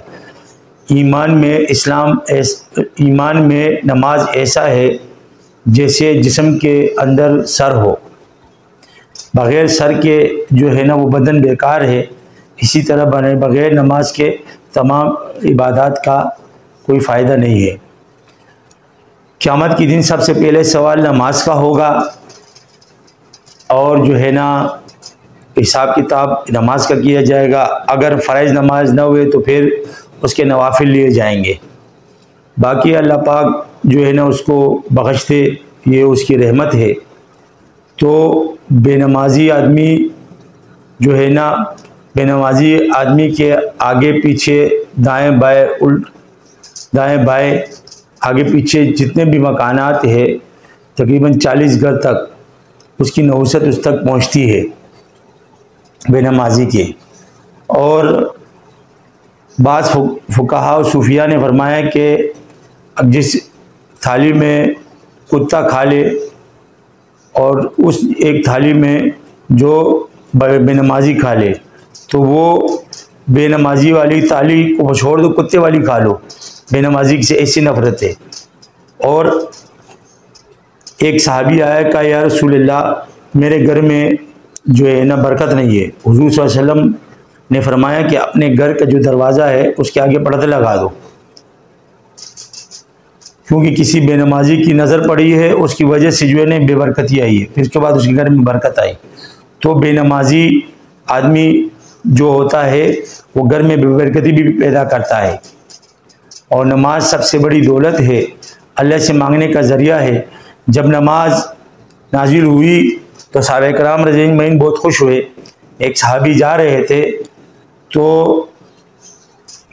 गए, अपनी घरवाली से पूछा कि कुछ है, उसने कहा तो कुछ भी नहीं है, फाके है। उसने कहा मैं आता हूँ। फिर मस्जिद गए, नवाफिल पढ़े, आया कुछ हुआ, कहा कुछ भी नहीं। फिर नवाफिल पढ़े, फिर वापस घर आए, कहा कुछ भी नहीं। फिर तीसरी मरतबा जब आए तो उनकी वो चक्की थी वो खुद घूमना शुरू हो गई थी, उसमें से आटा निकलना हो गया तो वो भर चुका था। तो घर वाली ने कहा कि ये क्या जो है ना ये ख़त्म ही नहीं हो रहा, हमारे तो घर भर गया। तो उसने उस चक्की का पार्ट जैसे ही खोला तो उसके अंदर से जो है ना उसके अंदर गंदम का दाना था, उस गंदम के दाने से जो है ना वो आटा बन रहा था। वो सारा वाक़या हुजूर के पास लेके गया, इस तरह सुनाया। हुजूर ने फरमाया था क़यामत अगर तुम इस पाटक को ना खोलते, जो पाटा है ऊपर इसको ना खोलते तो क़यामत तक जो है ना ये चलता रहो, इसमें से ये आटा निकलता रहता। तो सबसे पहले कलमा है, कलमे नबी करीम से फरमाया सबसे पहले कलमा है ला इलाहा इल्लल्लाह मुहम्मद रसूलुल्लाह, उसके बाद नमाज है, उसके बाद माँ बाप की खिदमत है, जिहाद को बाद में फरमाया। एक साहबी जा रहे थे, दूसरे साहबी उसको देखा और फरमाने लगा ये तो बड़ा चालाक है और बहुत होशियार है, अगर इसकी होशियारी अगर जिहाद अल्लाह के रास्ते में लगाते कत्लो क़िताल में तो ज़्यादा बेहतर होती। तो नबी करीम से इसने फरमाया कि अगर इसके माँ बाप बूढ़े हो और ये उनके लिए कमाने के लिए जाता है तो ये ऐसे है जैसे अल्लाह के राह में, और अगर ये अपने पेट के लिए कमाने के लिए जाता है कि मुझे किसी से मांगना ना पड़े तो ये ऐसे है जैसे अल्लाह के रास्ते में है। तो जिस तरह हमारे फौजी है, आर्मी है, सियासतदान है, जो भी हमारे इदारे वाले हैं, मशहूर लोग हैं, वो अगर नमाज की पाबंदी करना शुरू कर दे 5 वक़्त की तो बहुत खैर व बरकत हो जाएगी, आवाम भी करने लग जाएंगे। मैंने पहले भी बताया कि हमारे मुल्क में 4 चीज़ें कर दी जाए तो इंशाअल्लाह ताला हमारे हुक्मरान, हमारी फ़ौज अगर ये काम कर ले तो इंशाअल्लाह अमन हो जाएगा। सबसे पहले कत्ल पर सज़ा दे, फिर उसके बाद शराब पर, नशे पर, फिर उसके बाद ज़िना पर, फिर उसके बाद चोरी पर। ये 4 काम कर ले, ये हमारा मुल्क खुशहाल हो जाएगा, इसमें बरकतें आएगी और जो है ना आपस में इत्तेफाक भी हो जाएगा, मोहब्बत भी हो जाएगी। आजकल जो सियासी ट्रेंड चला है एक दूसरे के ख़िलाफ़, आप एक दूसरे की खूबियाँ बयान करते हैं, वो खूबियाँ बयान करते हैं, आप बुराइयाँ बयान करते हैं मुख्तलिफ। तो ठीक है आप उनकी बयान करें लेकिन बेहयाई ना करें, पूरी तस्वीरें ना बनाएं। अगर वो एक औरत है और वहाँ मर्द है पार्टी का बड़ा, तो औरतें के ख़िलाफ़ ऐसी बातें, या उस आर्मी के बड़े जो सिपह सलार कहलाता है, चीफ आर्मी स्टाफ, या उसके नीचे जो लोग होते हैं वो भी जर्नेल ही होते हैं। पहले ज़माने में इसको जर्नेल कहा जाता था, बड़ा सिपह सलार हुआ करता था। और जो है ना ये सदर वज़ीर आज़म जो है ना यही बड़े, इन्हों भी यही चीज़ सीखे होते थे, कुछ लड़ना झगड़ना, ये चीज़ें आप अलैहिस्सलाम खुद सीखे हुए थे, सहाबा को सिखाया हुआ था। दुश्मन से बचना, दिफा करना, ये अपने घर के दिफा के लिए भी है, अपने आप की हिफाजत के लिए भी है। नबी करीम सल्लल्लाहु अलैहि वसल्लम ने फरमाया कि जब दो मुसलमान आपस में लड़ने लग जाए और एक हक पे और एक ना हक पे हो, तो अगर वो ना हक वाला आदमी उस ना हक वाले को छोड़ दे कि ये ना हक पे था मैं हक पे था, मैं अपना इसको छोड़ देता हूँ, तो हुजूर सल्लल्लाहु अलैहि वसल्लम ने फरमाया ये लड़ाई ख़त्म कर ले, क़यामत के दिन में एक शख्स को अपने हाथों से पकड़ के जन्नत में लेके जाऊँगा। फरमाया कि वो शख्स बेहतर नहीं है, नबी करीम सल्लल्लाहु अलैहि वसल्लम के हदीस का मफ़हूम, वो शख्स बेहतर नहीं है कि जो सामने वाले आदमी जो दुश्मन है, जो उसके मुकाबले में खड़ा हुआ है, जो उसके सामने है, उसको गिरा दे। बेहतर वो है जो आगे जो जिस पर उसको कुदरत हो कि मैं इसको सज़ा दे सकता हूँ, बदला ले सकता हूँ और उसको माफ़ कर दे, कहा ये बेहतर है। हुजूर ने फरमाया गुस्सा जारी करने से बेहतर है उसको पी जाए। एक शख्स आया नबी करीम सल्लल्लाहु अलैहि वसल्लम के सामने, कुछ लोगों ने उसको बहुत घेरा हुआ था, पकड़ा हुआ था और वो बहुत गुस्से में था और उसका गिरवान भी फटा हुआ था। हुजूर ने देखा और फरमाया कि मुझे कुछ कलमात आते हैं, अगर ये शख्स उसको पढ़ ले तो ये जो हरकत है या गुस्सा है, ये इसको ऊपर जो असरात है शैतानी वो ख़त्म हो जाएंगे। हुजूर ने फरमाया कि शैतान कहता है गुस्से में मैं जो है ना मैं होता हूँ, वो इंसान नहीं होता है। मेरा दिल जो करता है मैं वही उसी से, जो मैं दिल करता है मैं उससे करवा लेता हूँ। तो गुस्से को पीना चाहिए, ठीक है। जब गुस्सा आए तो गुस्से के दौरान जो है ना क्या नाम है, बाद लोग आपको कहते हैं क्या नमाज़ पढ़ने जाओ। नमाज ना पढ़ना गुनाह है, लेकिन इसका इनकार करना कुफ्र है। अगर वो कहता है कि मैं नमाज को नहीं मानता नाउज़ुबिल्लाह, तो ये काफिर हो जाएगा। वो कहता है यार मैं बेनमाजी, मैं जो है ना नापाक हूँ, या मैं बाद में पढ़ लूँगा, या बस बहाना बना लेता है, तो ये गुनाहगार कहलाएगा और है भी गुनाह कबीरा। एक साहबी जा रहे थे तो काफिला था, उस काफिले के अंदर जो है ना उसके साथ सामान था, उसका जो घोड़ा था उसके ऊपर रखा हुआ था, बेचने जा रहा था तिजारत के लिए, तो घोड़ा मर गया। तो जब घोड़ा मरा तो उसके बाद ये हैरान हो गया। अब इसने उन लोगों ने कहा ये माल बेच दो, तो इसने कहा या अल्लाह, गधा था वो, गधे के ऊपर सामान था, उसने लदाया हुआ था, वो लेके जा रहा था। तो वो उसने जो है ना क्या नाम है दुआ की कि या अल्लाह तो इसको क़यामत में भी ज़िंदा करेगा। 2 रकात नफल पढ़ी, फिर अल्लाह से दुआ हजात की, या अल्लाह ये जो गधा तू क़यामत में भी ज़िंदा करेगा तो अभी भी ज़िंदा कर सकता है। तो दुआ मांगी, अल्लाह पाक ने जो है ना उस गधे को ज़िंदा कर दिया। तो ये सहाबा का तरीका था। अच्छा, मैंने एक रियाजुस सालिहीन में एक हदीस थी, उसके बारे में फिर मैंने मालूमात की, तो उसमें जो है ना मैंने एक चीज़ देखी थी, वो अब्दुल उज़्ज़ा रावी नहीं था, वो हज़रत उमर फ़ारूक रज़ियल्लाहु तआला अन्हु का वो रिवायत उन्हीं से ही की गई थी है। और वो जो है ना अब्दुल उज़्ज़ा उनके जो आबा उस्ताद में नाम आता है, वो उनका शजर नसब बयान किया गया था। वो हदीस भी सही है, वो रिवायत भी सही है। इन्नमल आमालु बिन्नियात हिजरत के बारे में थी, नियत के बारे में भी थी, और वो हिजरत की वो थी हदीस थी, पहली हदीस थी। तो उसके बारे में मैंने भी आपको बता दिया है कि हिजरत जो है ना कर रहे थे, तो एक दूसरा सहाबी था, वो जब हिजरत कर रहा था वहाँ एक लड़की थी, तो वो उस लड़की के साथ जो है ना शादी करने के चक्कर में, तो उसने उसको बुलवाया। जब हुजूर आए, साहब आए, तो तुम भी साथ आ जाना। तो हुजूर को वही के ज़रिए बता दिया गया था कि ये शख्स इस नियत के तो दुनिया की हाजत के लिए गया था। तो हुजूर सल्लल्लाहु अलैहि वसल्लम ने फरमाया कि जिसकी हिजरत अल्लाह के लिए हो तो उसके सवाब अल्लाह के ऊपर है, और जिसकी हिजरत किसी दुनियावी चीज़ को, तो उसको दुनियावी चीज़ मिल जाएगी पर अल्लाह की रज़ा नहीं मिलेगी। अब जब माल गनीमत का वक्त आया, तो माल गनीमत इसका नाम है अल्फाल के माने गनीमत। अब ये जो नफल है ये भी गनीमत है। तो ये गनीमत इसलिए हुई कि ये भी नफल है। नफल के माने है कि गनीमत आप नफल पढ़ते रहें, मांगते रहें, सवाब मिलता रहेगा। इसी तरह जब कुफार भागने लगे तो माल गनीमत बाज़ सहाबा जमा कर रहे थे, तो कुछ सहाबा जो है ना उन्होंने उनको रोका और कहा कि जाओ तुम लोग काफिरों के पीछे, हम काफिरों के पीछे जा रहे हैं, तुम इस हमारे गनीमत को इकट्ठा करके इसकी हिफाजत करो। वो दुश्मन को भगाने लगे कि वापस आए, उनको भगा दिया।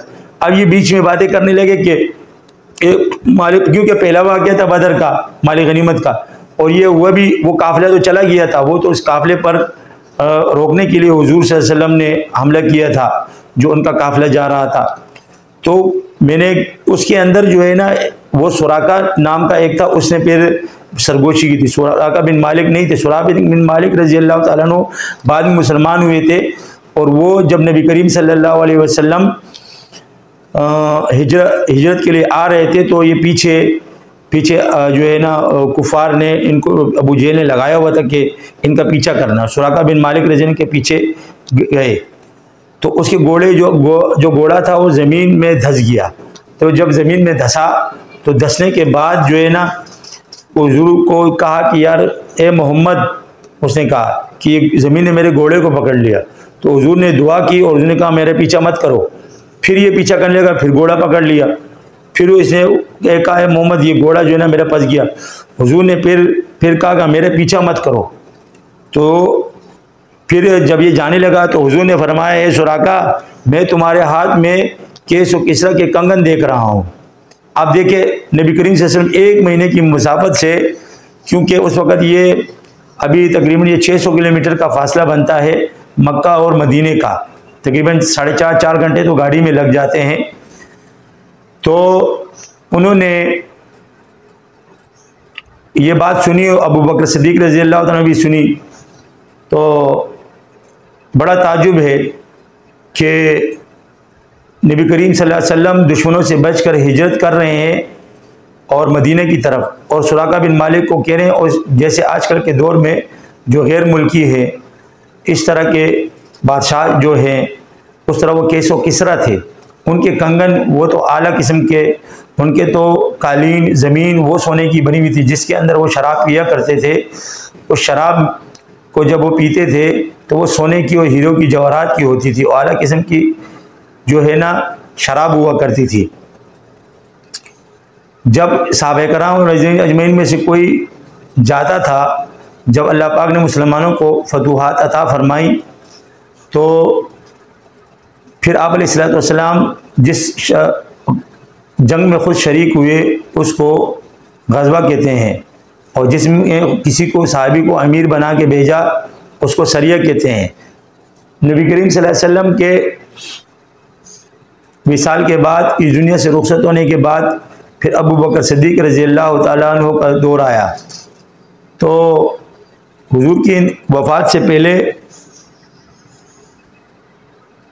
एक लश्कर था हज़रत उसामा रज़ी अल्लाह तआला अन्हु का, वो भी रवाना किया जा रहा था, तो वो रुक गया। अब आप अलैहिस्सलाम के कफन दफन का मामला आया, 3 दिन जनाजा रहा। फिर आप अलैहिस्सलाम की तदफीन सहाबा कराम अजमईन फरमाते हैं कि जब हम ने नबी करीम सल्लल्लाहु अलैहि वसल्लम को कब्र अथर में उतारा, तो उसके बाद जब हमने वापस आए तो हमें अपने दिल में खलस ही महसूस हुई। तो इससे पता लगता है कि नबी करीम सल्लल्लाहु अलैहि वसल्लम की बरक़ात थी। उनका जसद जब तक रखा हुआ था तो उनको ये चीज़ महसूस नहीं होती थी, लेकिन जब ज़मीन के अंदर रख दी तो जसद मुबारक ज़मीन के अंदर तो हयात है। हमारा अक़ीदा भी यही है कि नबी करीम सल्लल्लाहु अलैहि वसल्लम अपनी कब्र मुबारक में इस तरह हयात है जैसे दुनिया में हयात थे। इसके ऊपर फिर मुख्तलिफ दलाइल भी है।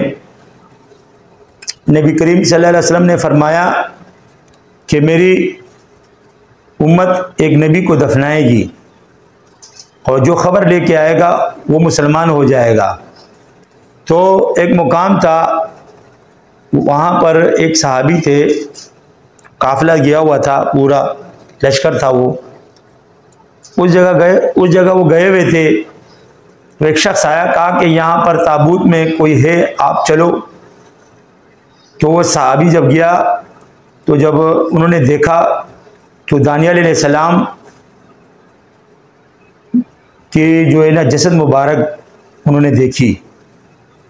तो सहाबी फरमाते हैं कि दानियल अलैहिस्सलाम के जिस्म मुबारक को जब हमने देखा तो वो बिल्कुल नरम था और ऐसा लग रहा था कि इसके अंदर जो है ना ज़िंदगी के आसार मौजूद हो। वो सहाबी फरमाते हैं।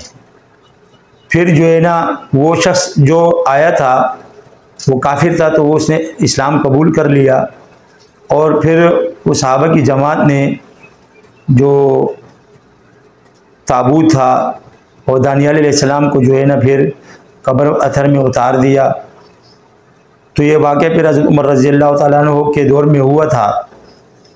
तो इससे नबी करीम सल्लल्लाहु अलैहि वसल्लम ने फरमाया कि जो शख्स जुमरात के दिन मुझ पर दुरूद पढ़ता है, मैं ख़ुद सुनता हूँ और उसके नामे अमाल भी मुझे दिखा दिए जाते हैं,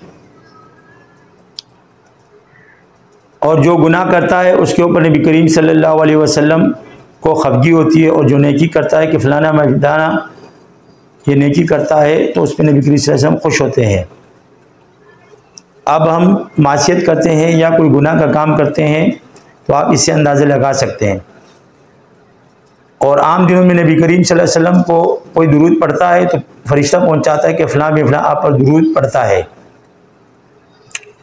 रोज़े आतर पे नबी करीम सल्लल्लाहु अलैहि वसल्लम ने फरमाया कि जो शख्स मेरे रोज़े पर आया वो ऐसा है जैसे मेरी ज़िंदगी में आया, उस पर जन्नत वाजिब हो जाएगी। और जब वो मुझ पर दुरूद पढ़ता है तो वो मैं ख़ुद सुनता हूँ और मैं उसको देखता हूँ और उसका जवाब भी देता हूँ। अब कुछ फासले पर होते हैं नबी करीम सल्लल्लाहु अलैहि वसल्लम की कब्र मुबारक, वहाँ कैफियत ही अलग हो जाती है, मदीना की बात ही अलग होती है। वो सरजमीन जिस पर नबी करीम सल्लल्लाहु अलैहि वसल्लम के कदम मुबारक पड़े, बुज़ुर्गों की कदमों में ये असर मौजूद है। कहते हैं कि किसी अल्लाह वाले के कदम जहाँ पड़ जाए तो अल्लाह पाक वहाँ हिदायत की हवा चलाते हैं। तो फिर जहाँ ख़ुद नबी करीम सल्लल्लाहु अलैहि वसल्लम के कदम मुबारक पड़े हुए हो तो वहाँ पर तो फिर अनवारात ही।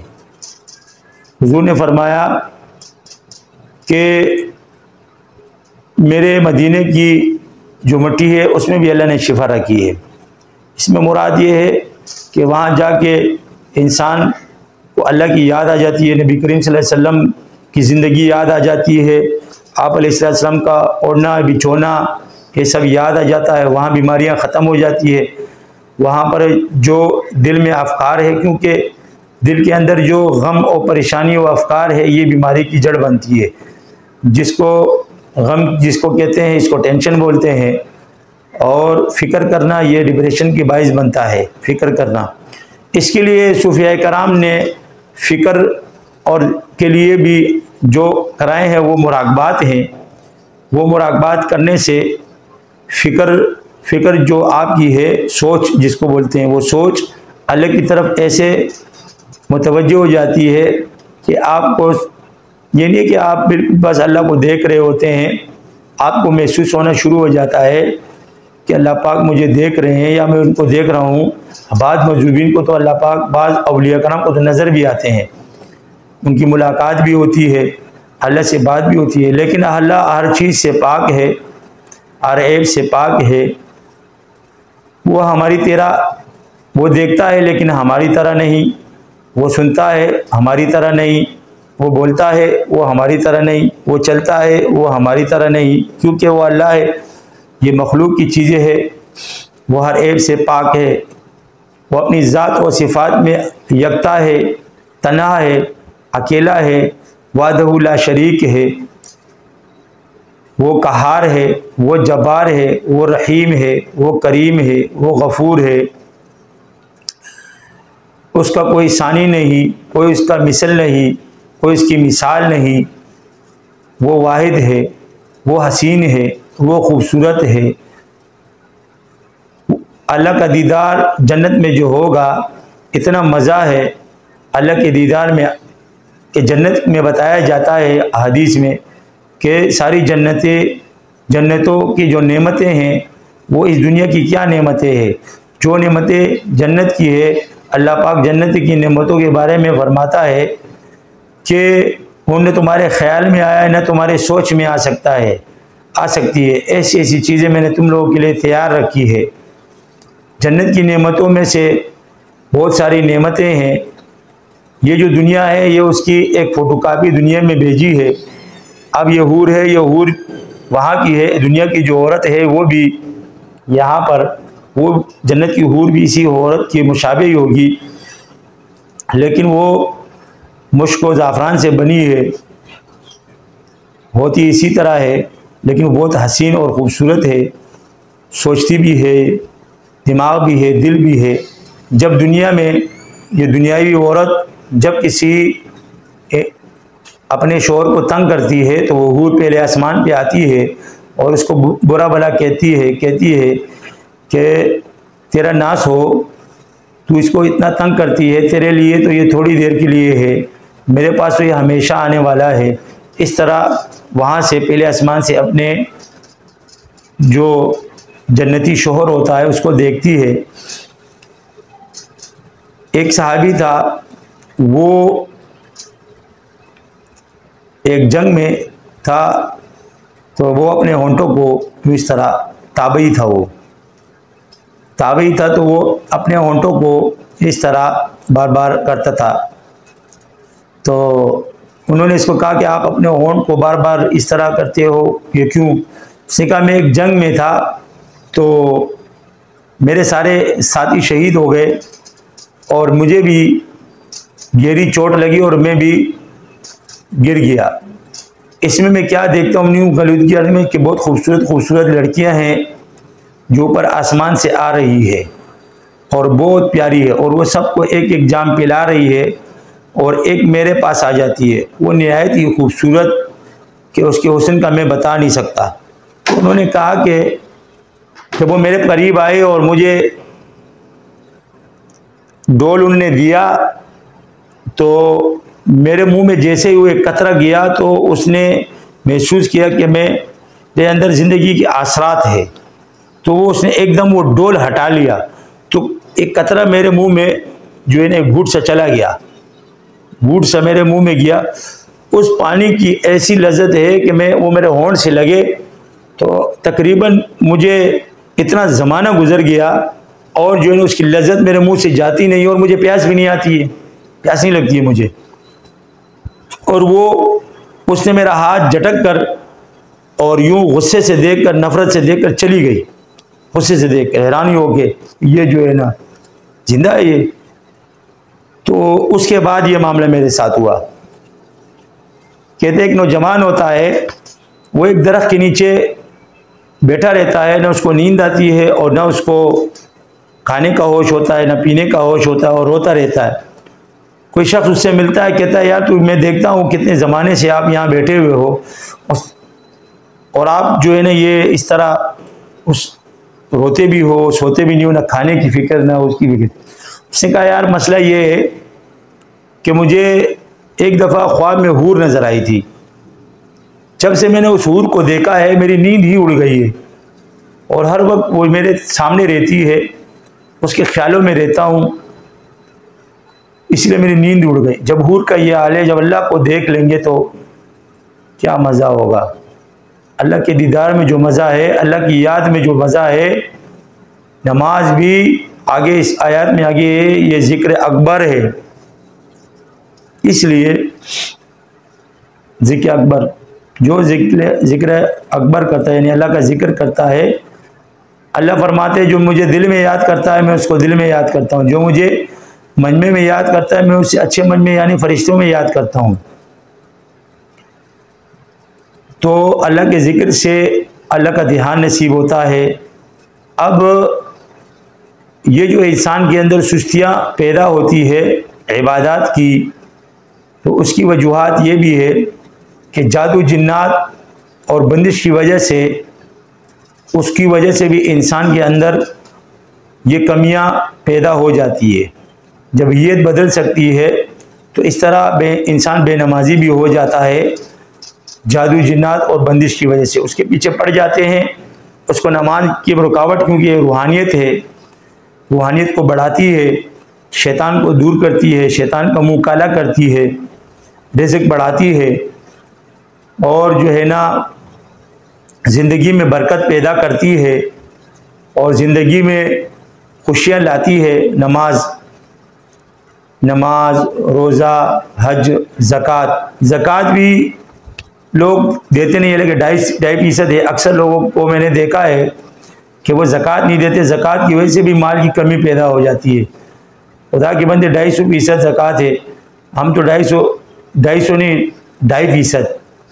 2.5% ज़कात, हम तो 2.5% ज़कात देते। पहली उम्मत तो ज़्यादा दिया करती थी, उनके ऊपर तो ज़्यादा था। हमारे पे तो नबी करीम सल्लल्लाहु अलैहि वसल्लम की बरकत से 2.5% ज़कात लगाया गया है। लाख में 2,500 रुपये हैं और 50,000 में तकरीबन 1,250 रुपये लगा लो साल के पूरा गुजरने के बाद। और कम से कम अगर 52.5 तोला चांदी के करीब अगर उसके पास माल हो, या वो नकदी हो या वो चांदी हो या उसी तरह सोना और चांदी मिक्स हो और कुछ नकदी हो, तो साहिब निसाब जो है ना चांदी के हिसाब से बन जाता है। अब क्या निकलता है, पहले तो 2,000 रुपये के 80,000 रुपये के हिसाब से बनते थे, अब थोड़े बढ़ चुके होंगे। अगर किसी के पास लाख रुपए तक हो तो साहिब निसाब है, वो ज़कात भी अदा करेगा और कुर्बानी भी करेगा। तो फ़राइज़ जब इंसान पूरा करता है ये अल्लाह की तरफ से है, और कुछ चीज़ें इंसान अपने आप पर फ़र्ज करता है। अब 3 चीज़ें हो गई, फ़राइज़, मुस्तहबात और मासी। ये जो 3 चीज़ें हैं ये इंसान को बुलंद करती है। अब ये जो काफिर लोग होते हैं ना, ये आम जो काफिर होते हैं ये जल्दी मुसलमान होते हैं, इनके अंदर इस्लाम की रमक, क्योंकि ख़ुद तहकीक करते हैं, किताबें विताबें पढ़ते हैं, तो वो इस तरफ दीन की तरफ आ जाते हैं। इनके जो जोगी लोग होते हैं, जैसे जादूगर लोग होते हैं, या इनके उलमा होते हैं, या इनके पंडित होते हैं, या इनको पोप होते हैं, और जो इनके जो बड़े होते हैं, ये कम आते हैं। उसकी वजह यह है कि वो मकसूद के पीछे लगे हुए होते हैं और उस चीज़ में इतने लगे हुए होते हैं कि उनको बहुत सारी चीज़ें मालूम हो जाती है। इसलिए जो जोगी वगैरह है उनको अल्लाह का विर्द तादाद में बुजुर्ग नहीं देते हैं। अब आम काफिर की मिसाल ऐसी है कि वो अपने मकसूद की तरफ, जो मकसद है उसकी तरफ वो जब जा रहा, हर इंसान की एक मकसद होता है, जो जन्नत लगा लो, हम सब का दुनिया में जो मकसद है अल्लाह की रज़ा, और जब अल्लाह राज़ी हो जाए अल्लाह में जन्नत देगा।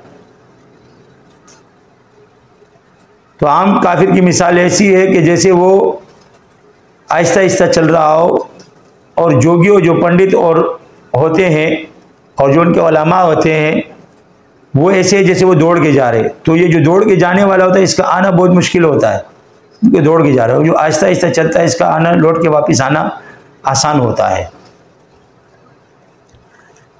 फ़राइज़ के साथ सूफिया ने, जो फुक़हा थे, उन्होंने कहा कि मुस्तहबात का भी पाबंदी करनी चाहिए, मुस्तहब अमाल है उनको भी करना चाहिए। जैसे इस्तेहबाब की बहुत सारी चीज़ें हैं लिखी गई है, उलमा फुक़हा को पता है कि मुस्तहब चीज़ें क्या है। और मासी गुनाह को बोलते हैं, गुनाह को छोड़ने को बोलते हैं। अब इंसान जब अल्लाह का जिक्र करता है, गुनाह छोड़ने के लिए मुख्तलिफ चीज़ें होती है। अब ये जो जादू है ये भी गुनाह है, कुफ्र है। जादू करना, किसी के पीछे जिन्नात भेजना, किसी के पीछे किसी की बंदिश लगाना, इस पर मैं बात इसलिए करता हूँ कि आजकल ये फ़न बहुत ज़्यादा हो चुका है। इन उलमा, हमारे उलमा जो है, इनके अंदर भी जो है ना ये चीज़ें बहुत ज़्यादा, जादू का असर इनके ऊपर भी पड़ता रहता है। ये चीज़ मैंने देखी है। करते तो ये इबादत है, लेकिन ये जो इख्तिलाफी मसले उठाते हैं, देखो हदीस के बदले में हदीस आए, एक हदीस, 2 हदीस है, एक जगह एक हदीस मशहूर हो, ठीक है, उसके बदले में ऐसी हदीस लेके आना जो मशहूर ना हो, तो आप उस हदीस पे अमल करोगे कि जहाँ पर वो हदीस सही हो और वो मशहूर हो, उस पर अमल करोगे। इसी तरह जब हदीस का बात यही है तो फिर फ़िक़्ह का कौल भी यही है, जो फ़िक़्ह का कौल जहाँ मशहूर हो, दूसरा फ़िक़्ह का कौल मशहूर ना हो, आप वो दबा हुआ है, आप उसको मत उठाओ, आप उसको उठाने लग जाते हो। सूरह फातिहा जो है ना, बुलंद आवाज़ से नमाज जनाजा पढ़ते हैं आप, सूरह फातिहा, इमाम हनीफा से आप ऊपर जा रहे हैं, इमाम अबू हनीफा मुकल्लिद थे। भाई आप ऊंची आवाज़ से सूरह फातिहा पढ़ते हो दिखाने के लिए कि दूसरे लोग जो है ना मुझे बहुत बड़ा आलिम कहे और कुछ लोग हमारे पास आने लग जाए, वो नहीं आते हैं। इमाम साहब के कौल पे अमल किया करें, जहाँ इमाम का कौल आ जाए, इमाम अबू हनीफा रहमतुल्लाह अलैह का, बाकी सबका कौल उसके सामने बातिल हो जाता है। इमाम साहब के कौल पे अमल करना आता है। सबसे पहले कुरान है, उसके सामने हदीस बातिल हो जाती है। जो हदीस कुरान से टकराए वो हदीस नहीं है, क्योंकि ऊपर कुरान है। इसी तरह जो फ़िक़ह का कौल हदीस से टकराए वो फ़िक़ह का कौल नहीं है, पहले हदीस होगी ऊपर, उससे वो हदीस से वो फतवा, वो मसला उन्होंने इस्तिबात। और दूसरा इजमाए सहाबा होता है फ़िक़ह के ऊपर इजमाए सहाबा है, उसको देखते सहाबा ने किस पर इजमा किया है। आप लोग तो कह दे तो बहुत आसानी से बस सूरह फातिहा दम कर दो, हाँ ठीक है सूरह फातिहा दम कराया करो मौलवी साहब से। सबसे ज्यादा शर पैदा करते हैं ये मौलवी, उठ उठ के लोग पर इल्जामात लगाते, एक काम को आता नहीं है लगे रहेंगे सारा दिन। इन मौलवियों ने एक दफा ये अकबर बादशाह ने उलमा को बिठाया आपस में, अब लोगों को दिखाने के लिए। अब वो मौलवी भी तो ऐसे ही थे ना, उन्होंने एक मसले पर कहा कि इस पर तहकीक करो, इस पर मुत्तफिक हो जाए। कुछ देर के बाद जो है ना मौलवी लड़ना शुरू हो गए। वो अकबर बादशाह हैरान हो गया कि खुदा के बंदे, मैंने ये तो उलमा है, इनको तो मैंने इसलिए इकट्ठा किया कि ये आपस में जो है ना बैठ कर कोई मसले का हल निकाले, ये तो लड़ने झगड़ने लगे। तो मौलवियों का ये हाल है तो ये जो अवाम है वो क्या करेगी, उनको तो वैसे ही ये मौलवी भेड़ बकरी समझते हैं। इतना दीन समझ लो खुदा के बंदे के आगे मौलवी जो बैठा हुआ है वो क्या बोल रहा है, या ये सियासतदान इतना स्वीक लोग, ये सियासतदान जो मुंह से निकाल रहा है वो क्या कर रहा है। उसकी वीडियो देखते वक्त देखो कि ये क्या गंदी बातें करता है, क्या गंदी हरकतें करता है, किस किस्म की बेहयाई की बातें करता है और किस नेचर का आदमी है, ये भी तो देखो। वर्दी वाले को बुरा भला कहते रहते हो, उसके खिलाफ कोई तुम्हारे पास सबूत है, लेकिन ये वर्दी वाले भी अपने वर्दी को बचाने के लिए पता नहीं क्या क्या कर जाते हैं। ठीक है, वो भी अल्लाह उनको सवाब देता है। मैं कहता हूं कि जो हमारी आर्मी है, अगर उसके जेब में किसी अदाकारा की तस्वीर है तो क्या हुआ, यहाँ पर आजकल सबके जेब में तस्वीरें हैं, मौलवियों के भी है, पीरों के भी है, सबके भी है। वो पीर बैठे होते हैं, उनके साथ तस्वीर खींच रहे होते हैं। क्यों, क्या हो गया, काफिर है ना, उसकी कुफर से नफरत करो, काफिर से नफरत मत करो, वो तो अदाकार है। इज्जत तुमने दी है उसको, तुमने नहीं दी है, अल्लाह ने इज्जत दी है। तुम्हें बेइज्जत किसने किया, अल्लाह ने बेइज्जत किया, दिखाने के लिए कि तुम्हारा हाल देखो। तुम सब बड़े बनने के चक्कर में रहते हो, वो बड़े बनते हैं लेकिन अपने बड़े की कदर भी करते हैं कि यार अपना सीनियर से सीखो। तुम अपने बड़े से सीख कर उसके बाप बनना शुरू कर देते हो, फिर एक मसले के पीछे लग जाते हो जो कुरान और हदीस में मौजूद हो, सहाबा ने किया, हुजूर ने किया, अमलियात किए, उसके ऊपर तुम लगे रहते हो, दलाइल पे दलाइल। क्यों, इब्लीस तुम्हारा साथ दे रहा होता है, शैतान तुम्हारा, तलबीस इब्लीस जो है ना किताब लिखी हुई है, उसको आप पढ़ें, अल्लामा इब्न जोज़ी रहमतुल्लाह ने लिखी, उस जमाने में लिखी हुई, वो तलबीस इब्लीस में लिखते रहते। देखो आप मौलवी किसी वो भी माजूर हो जाता है, कहते मौलवी पर जो है ना हाल नहीं आता, मौलवी भी मग़लूबुल हाल हो जाता है। एक मसले के अंदर मुजरिब सानी रहमतुल्लाह ने कहा सूफी पर एक मुकाम आता है जिसमें वो मग़लूबुल हाल हो जाता है और वो माजूर हो जाता है, पकड़ नहीं होगी, क्योंकि उसके ऐसी बात उसके मुंह से निकल जाती है जो शरीयत से टकराती है ज़ाहिरी। और मौलवी जो है ना वो भी उस मुकाम हाल में चले जाता है ऐसे मसले पर जो शरीयत से टकराती है, ये दोनों माजूर हो जाते हैं, ये हाल आ जाता है। लेकिन इस पर जिक्र की वजह से, उसको किताबों के मुताले की वजह से, या फिर वो कोई विर्द करता होगा अपने आप से, उनको तो पीरों की जरूरत ही नहीं पड़ती, वो खुद ही पीर बने रहते हैं कि बस हम पीर है और हम ही इस्लाह करते हैं। और हाँ, किस चीज़ की इस्लाह करते रहते, खुद तो इस्लाह हुई ही नहीं है। सलासिल के जो है ना असबाग तो किए हुए नहीं है, अगर वो किए भी है तो उसके ऊपर अमल ही नहीं है। फिर उसके जो सलासिल वाले असबाग वाले उन्होंने तो फिर चिल्लाकुशी ही छोड़ दी, कैसे जिक्र उन्होंने भी बंद कर दिया। अब मसला सारा ये है कि ये जो में है ना, में औजुब की बीमारी तमाम बुजुर्गों के सबसे बाद में निकलती, आखिर में निकलती है, या तो निकलती नहीं, उसी के साथ चला जाता है औजुब में। दो बीमारियां हैं, हुब्बे जा, हुब्बे माल। हुब्बे जा के अंदर भी बहुत सारी चीज़ें आती है, तकब्बुर, हसद, कीना, ये उसके अंदर आता है, बुखल, हिर्स, हवीस। ये जो जादू की बुनियादों में एक चीज़ ये कीना, कि जो मेल लगता है ना दिल में, ने फरमाया कि जो दिल में दूसरे मुसलमान के लिए मेल लगता है उसकी नेकियां जलती है। बखील जो है ना, बखील वो 3 किस्म का होता है। एक वो बखील जो अपने आप पर खर्च नहीं करता, ये सबसे बड़ा बखील है। अल्लाह ने पैसा दिया अच्छे कपड़े पहनने के लिए, अच्छी टोपी, औरतों के अंदर भी यही बखालत, अच्छे कपड़े नहीं पहनेंगी, अच्छे चप्पल नहीं पहनेंगी, अपना बनाव श्रृंगार नहीं करेंगी, और जो है ना अपने शोहर के लिए मेकअप नहीं करेंगी, ना सफाई का ख्याल रखेंगी। सफाई भी निफ्स ईमान है, ये जो माल ने दिया अपने ऊपर लगाओ। मर्द है वो भी ऐसा, अपने ऊपर माल जमाल अल्लाह को पसंद है, अल्लाह के लिए करो। अल्लाह ने हमने जो जिस्म दिया है इसको साफ सुथरा रखो, साफ कपड़े पहनो, अच्छी टोपी पहनो, जो चीज़ सुन्नत के मुताबिक हो वो पहनो, अच्छी घड़ी पहनो, अच्छे चप्पल पहनो, अपने ऊपर खर्च करो। ये नहीं करता, ये सबसे बड़ा बखील है। दूसरे नंबर पे बखील वो है जो दूसरे लोगों पर खर्च नहीं करता, जो दूसरे लोगों पे खर्च नहीं करता वो बखील है। और तीसरे नंबर का बखील वो है जो दूसरों पे खर्च करता है और इसको गुस्सा आता है। ये जो तीसरे नंबर का बखील है, ये जब खर्च करता है दूसरों पे तो इसको गुस्सा आता है कि क्यों खर्च करता है। तो बखालत जो है ना अल्लाह ने मना किया, जमा मालम व अद्ददा।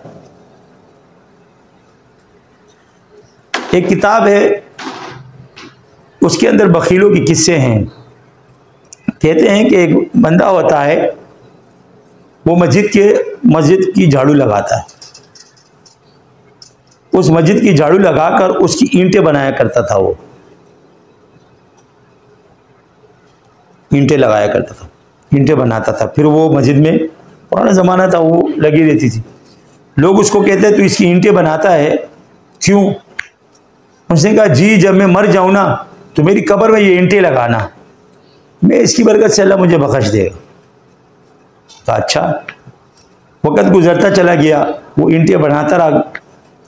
एक दिन उसका वक्त करीब आ गया और वो दुनिया से चला गया। इन लोगों ने इसको दफना दिया। दफनाने के बाद जब सारी ईंटें लगाई, कब्र में दफनाया, तो कुछ ईंटें जो है ना वो रह गई। अब वो जो ईंटें रही, बारिश बरसती रही, बाहर मस्जिद की कोई ध्यान ही नहीं देता था। बारिश बरसती बरसती बरसती बरसती बरसती उसमें से एक ईंट टूट गई। अब जब टूट गई तो उसमें से अशरफियाँ गिरी। अब वो सारे नमाजी इकट्ठे हो कह रहे यार अशरफी गिर गई इसमें से। फिर दूसरी ईंट तोड़ी, तुझे उस सब में अशरफी गिरी। अरे खुदा के बंदे, वो तो कब्र में चला गया, चलो ये ईंटी उठा लो अपने काम में ले आओ। दूसरा उसका हक था, वो उसके हिसाब से उसके तरके में आ गया था, बिज गया था, माल था उसका। उस कौम वालों ने एक दफ़ा दफनाने के बाद दोबारा दफनाने के लिए, अगर कोई शरई उज़र ना हो या शरई उज़र हो, वैसे उसको निकालना गुनाह है। ये मैयत की, ये जो दफन किया गया शख्स है, इसकी बेहरमती है। उन्होंने जाके कब्र खोदी और वो सारी ईंटें निकाल दी, और उसके बाद जब उसको तोड़ा तो उसके अंदर जो है ना सारी की सारी अशरफी बनी। तो ये बखालत, अल्लाह ने क्या तरीका सिखाया मालदारी का? कहा मुझ पे खर्च करो, मुझे कर्जा दो, कर्ज हसना दो, मैं वापस कर दूंगा। तुमने जो मुझ पर खर्च किया इस दुनिया में उसका डबल दूंगा, 1 रुपये पे 10 रुपये दूंगा, और आखिरत में उसका बदला अलग दूंगा, लेकिन तेरे पैसे वापस लौटाऊंगा। हज़रत अबू बकर सिद्दीक़ रज़ी अल्लाह फरमाया कि मालदार बनना चाहते हो तो माल खर्च करो अल्लाह के नाम पर, जो मुस्तहिक है उसको दे दिया करो, जितने भी हो आदत बनाओ, इससे बखालत ख़त्म होती है। तो कीना जो है ना, कीना बुग़्ज़ जिसको बोलते हैं, बुग़्ज़, इसको कीना मेल, बुग़्ज़ रखना, ये बुग़्ज़ रखना इंसान के अंदर मौजूद है। इस बुग़्ज़ की बुनियाद कि यार इस शख्स, बुग़्ज़ किसको बोलते हैं, इस शख्स ने मेरे साथ ये किया, ये बुराई की, अब उसको दिल में रखना और इसकी टो में रहना कि मैं इसकी सज़ा इसको ज़रूर दूंगा, इसका बदला मैं ज़रूर दूंगा।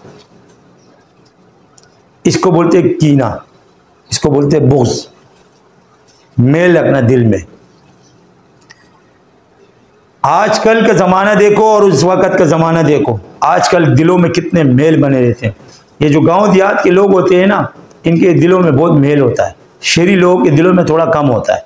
वो ज़रा कामों में मसरूफ़ रहते हैं, वो ज़्यादा टो नहीं करते।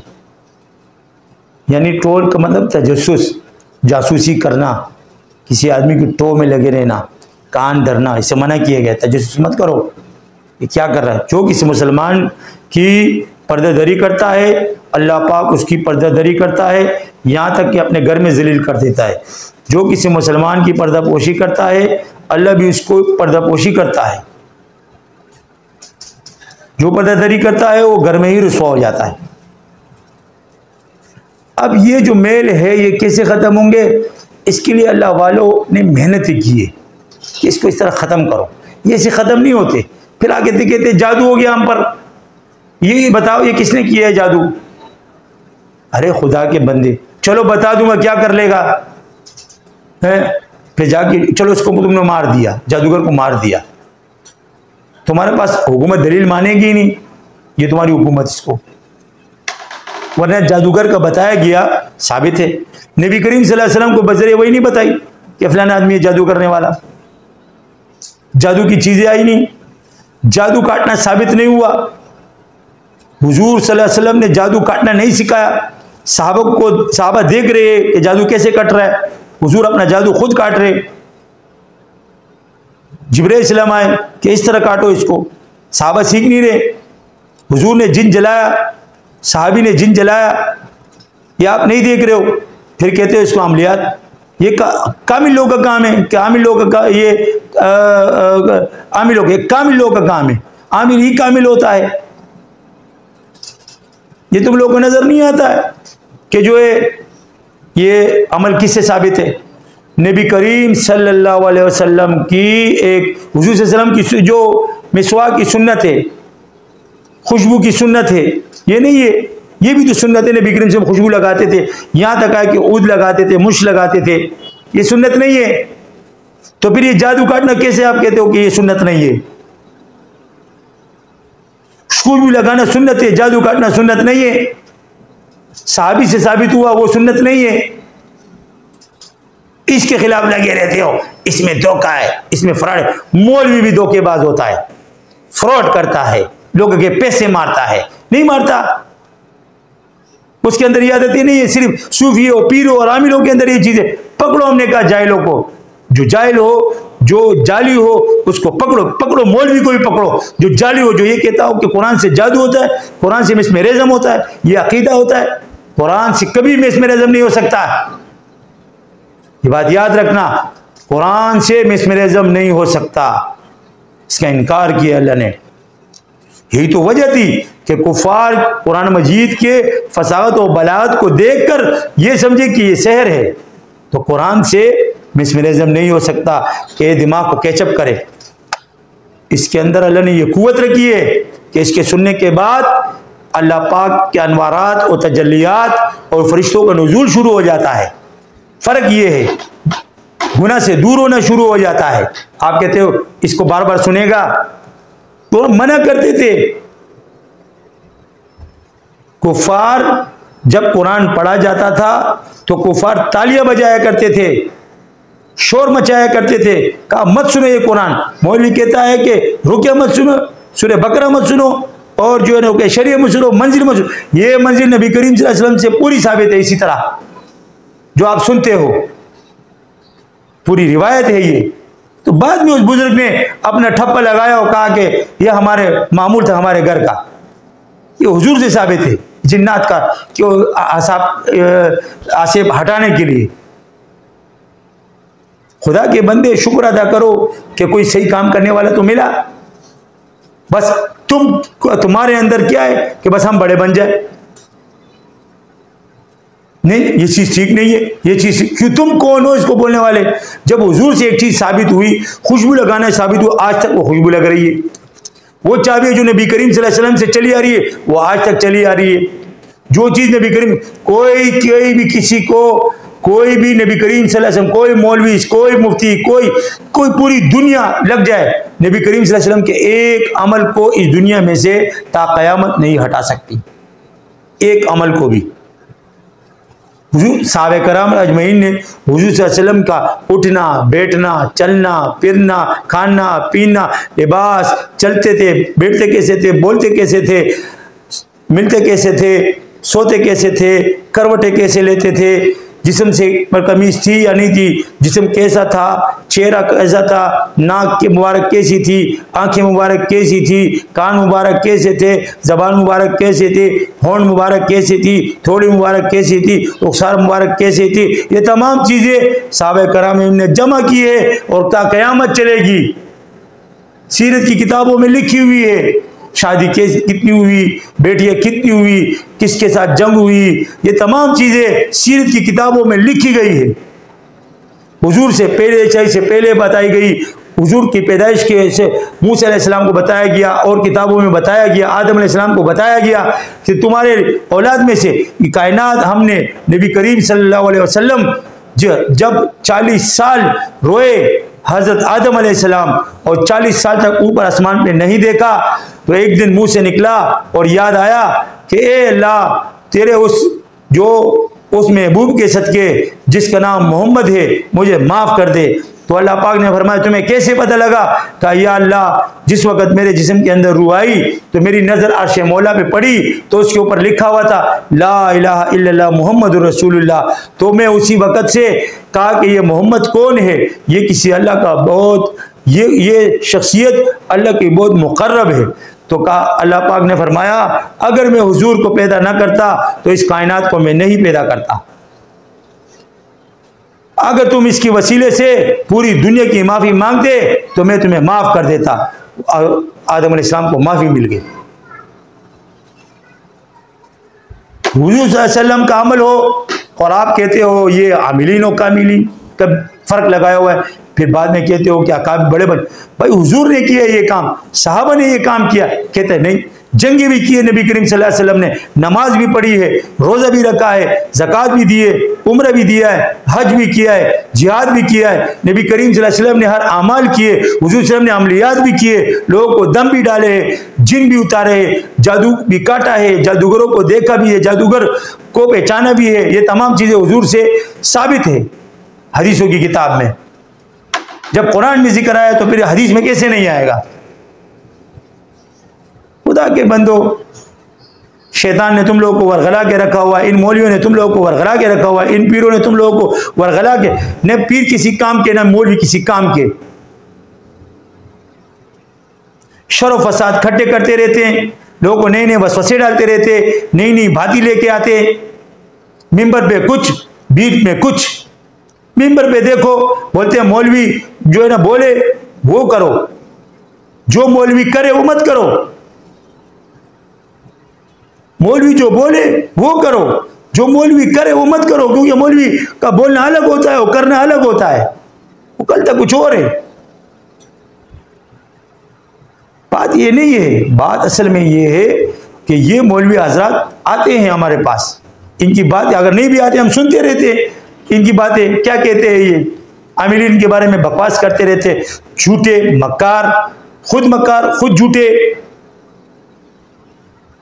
अब आप आने से एक चीज साबित करो, क्या मक्कारी की है, क्या झूठ बोला है, क्या किया है, क्या धोखा फ्रॉड किया है। फ्रॉडी धोखेबाजो, एक मौलवी इतना धोखेबाज फ्रॉडी है, एक्टर बना हुआ है, कभी क्या करता है कभी क्या करता रहता है, कुरान से मिसमेरिज्म होता है, कुरान से जादू होता है, इस हद तक कुफर की बातें, गुमराही की बातें करते रहते हो। अल्लाह ने फरमाया जो मेरे किसी वली के साथ दुश्मनी करता है वो मेरा दुश्मन बन जाता है। और जो शख्स हक पर होता है अल्लाह पाक उसका साथ देता है। जो कुरान पर खड़ा होता है, जो कुरान के लिए खड़ा होता है, कुरान और हदीस की बातों पर, जो सहाबा के तरीके पर हमने खुद देखे हैं। यकीन करो,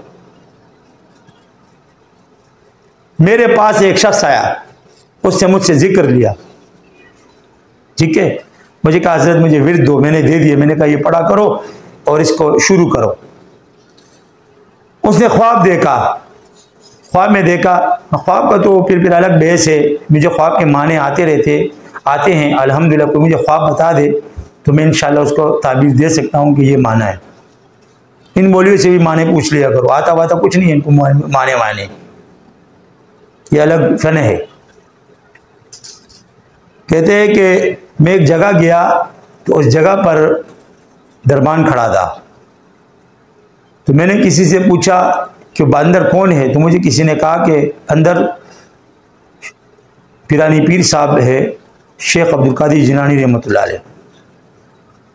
वो कहने लगा कि मैं वहाँ खड़ा रहा। इसके बाद अंदर से एक शख्स आया और कहने लगा कि यहाँ कोई फलाना है, तो मैंने कहा जी मैं हूँ। कहा हज़रत आपको बुला रहे। कि मैं हैरान हो जाता हूँ, जब मैं अंदर जाता हूँ तो हज़रत वहाँ पर गद्दी पर बैठे हुए होते हैं, नूरानी चेहरा होता है और मुझे बुलाते हैं और एकदम फिर मेरी आँख खुल जाती है। तो मैंने कहा कि आपको मैंने जिक्र दिया, उसके बाद ये हुआ, तो इससे अंदाज़ा लगा सकते हैं।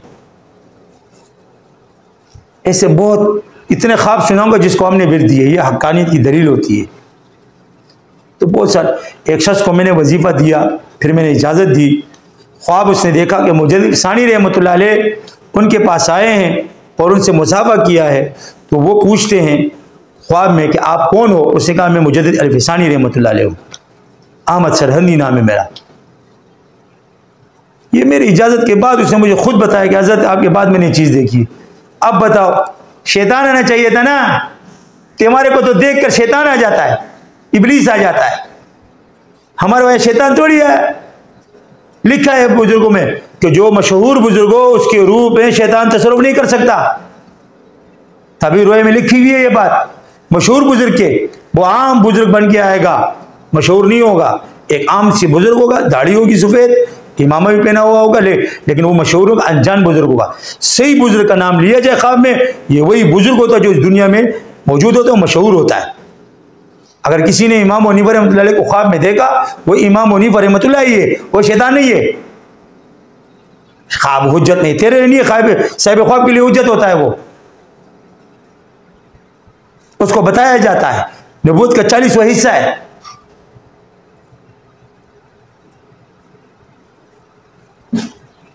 नबूवत का 46वां हिस्सा है।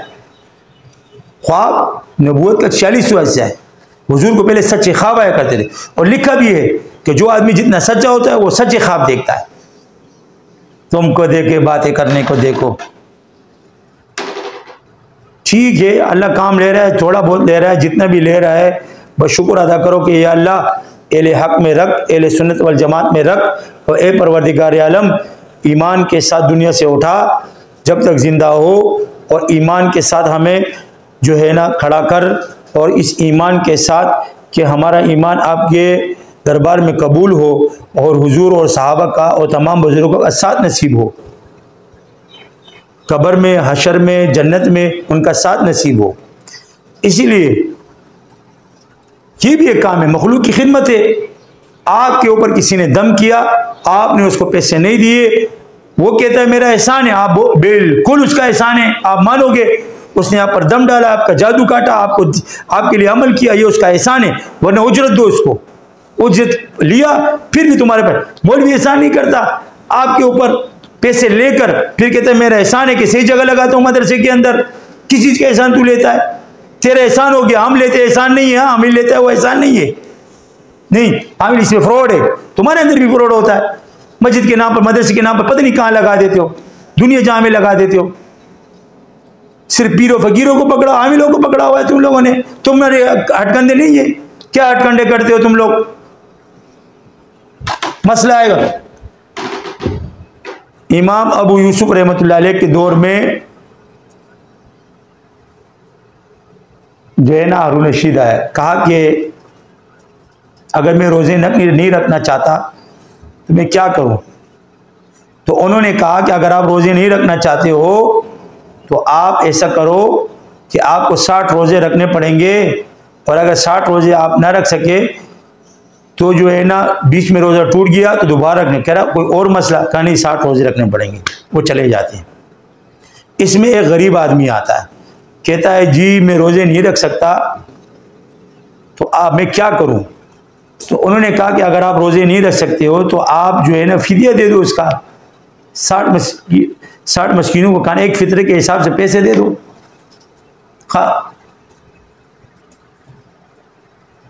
ऐसे थे वो।